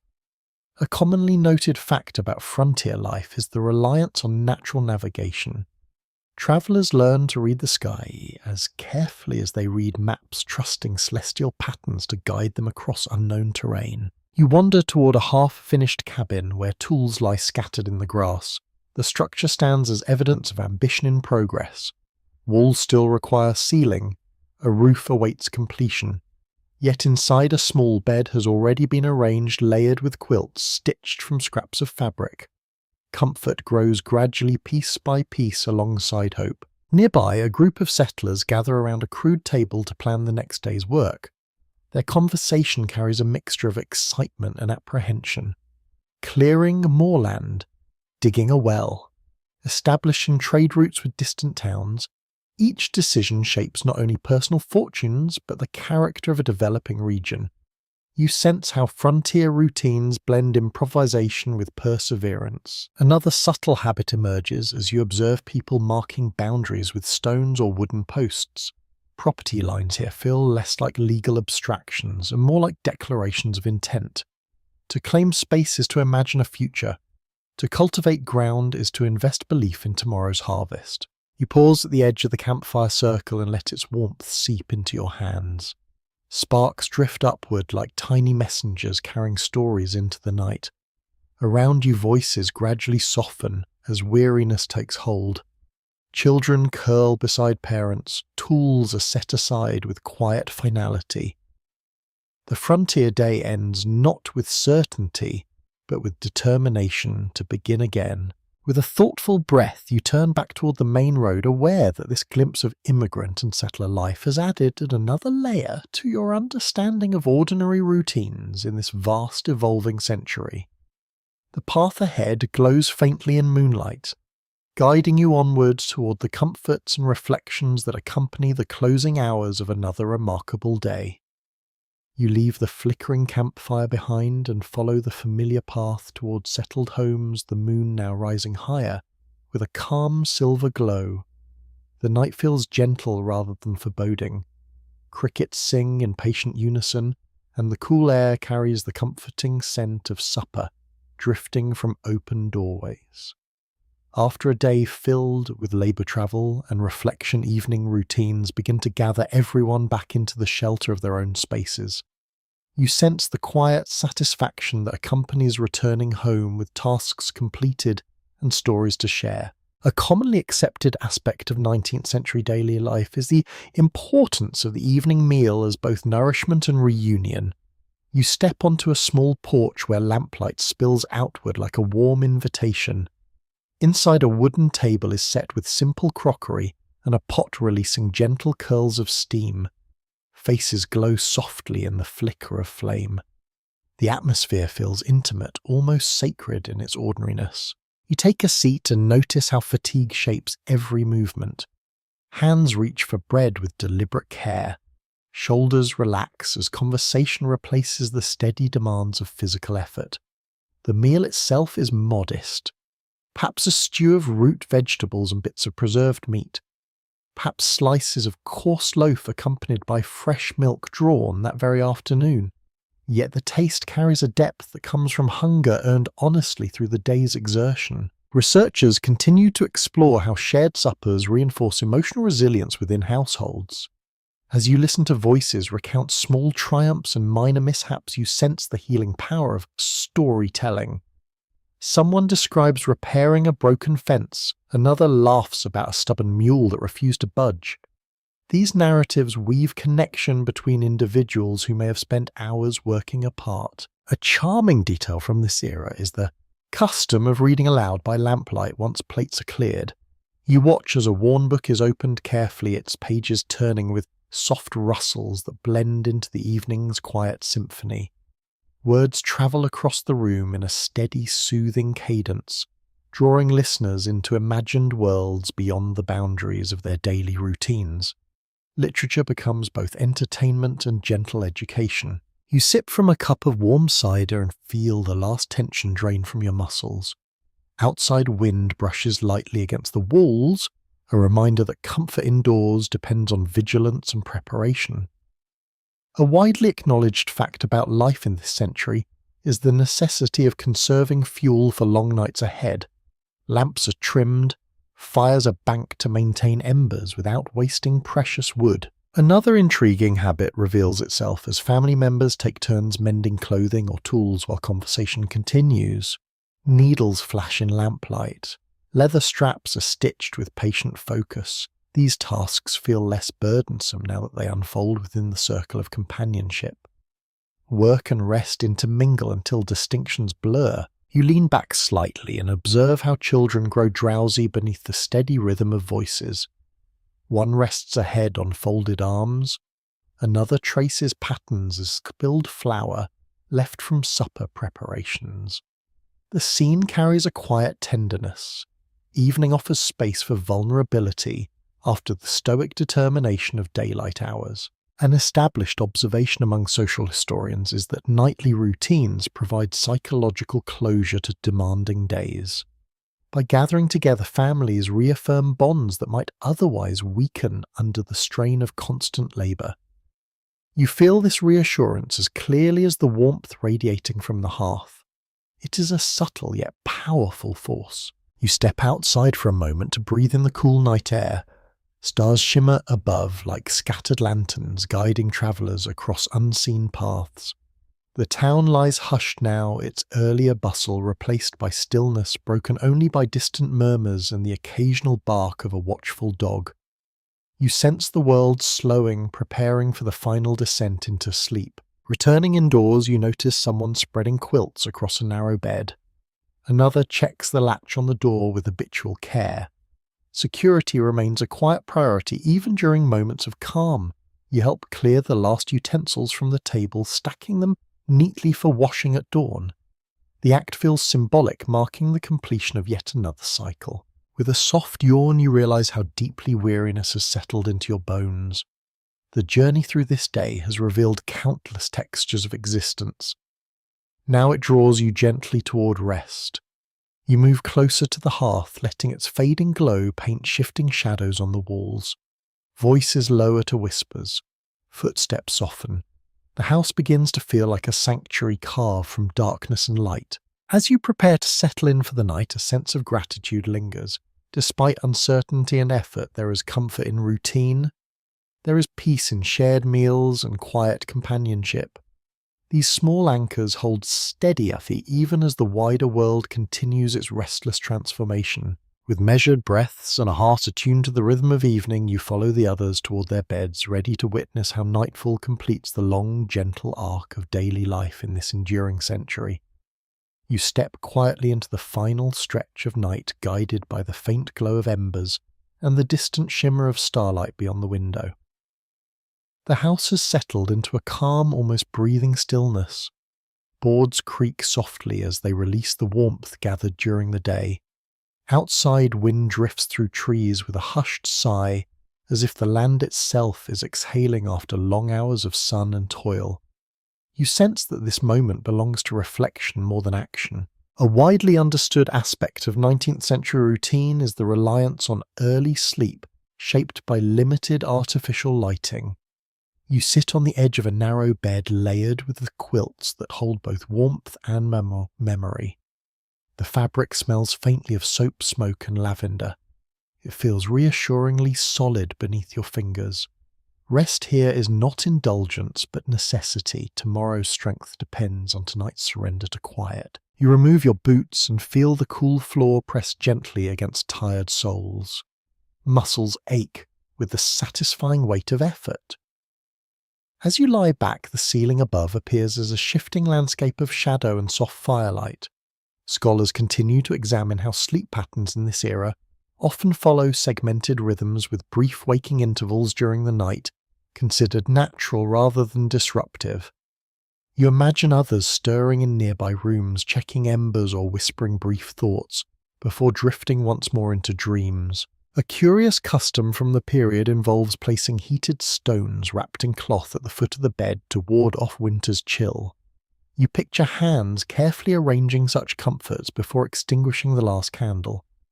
These small rituals reveal a tenderness often overlooked in accounts focused solely on hardship. People here understand the art of creating warmth from whatever materials are at hand. You turn onto your side and listen. The gentle breathing of companions, the faint hoot of an owl beyond the walls. Each sound weaves into a lullaby composed by nature and necessity alike. A commonly acknowledged observation among social historians is that nighttime provides rare privacy for contemplation. Daylight demands constant interaction. Darkness offers space for inward journeys. As your thoughts wander, images from the day return like soft lanterns floating across memory. The chill of dawn on bare feet. The taste of strong coffee shared at a wooden table. Laughter rising from evening dances beneath a sky turning violet. The resilience of those who toil without recognition. The courage of travellers seeking new beginnings. Each scene feels both distant and immediate part of a tapestry stretching far beyond a single lifetime. Another intriguing detail emerges in the form of bedtime prayers, whispered by habit rather than obligation. You sense how faith intertwines with gratitude at the close of each day. Words spoken quietly into darkness serve as bridges between uncertainty and hope. Even those uncertain of doctrine may find comfort in the act of reflection itself. The embers in the hearth dim gradually, their glow fading from bright orange to a muted crimson that pulses like a slow heartbeat. Shadows deepen around you. The air cools, inviting quilts to be drawn closer. You feel the heaviness of sleep approaching, gentle yet inevitable. In this century, rest arrives without distraction from buzzing devices or distant traffic. Silence becomes an ally. A well-established understanding among historians is that nightly stillness reinforces awareness of natural cycles. Without artificial illumination to blur boundaries, people experience darkness as a living presence. You allow your senses to adjust, noticing subtle shifts in temperature and sound. The world beyond the walls continues its quiet motion. Stars wheel across the sky, unseen yet felt. Yet, gradually your breathing slows to match the rhythm of those around you. Thoughts lose their sharp edges, dissolving into softer impressions. You sense gratitude for the lessons carried through this long journey. Daily life here reveals both hardship and grace, effort and companionship, vulnerability and resilience intertwined like threads in a well-worn blanket. Now as the final calm settles, the story itself begins to soften. Words drift more slowly like leaves gliding across still water. You feel yourself sinking deeper into the comfort of night. The past and present blur into a single gentle awareness. Every sound grows distant. Every worry fades into quiet acceptance. The wind outside becomes a steady whisper guiding you towards rest. Your eyelids grow heavy. Muscles release their final tension. You realize that sleep in this world is not merely an ending, but a promise. A chance to begin again with the next sunrise, carrying forward enduring rhythms that shape human experience across generations. Let the darkness cradle you now. Let the memories of hearth light and open fields settle into dreams that feel both familiar and new. The day has completed its arc. You are safe within the hush of this humble room, surrounded by the unseen continuity of countless nights before and after. Drift gently, breathe slowly, allow the quiet to enfold you like a soft cloak woven from time itself. Swoop, oh, some sweet dreams.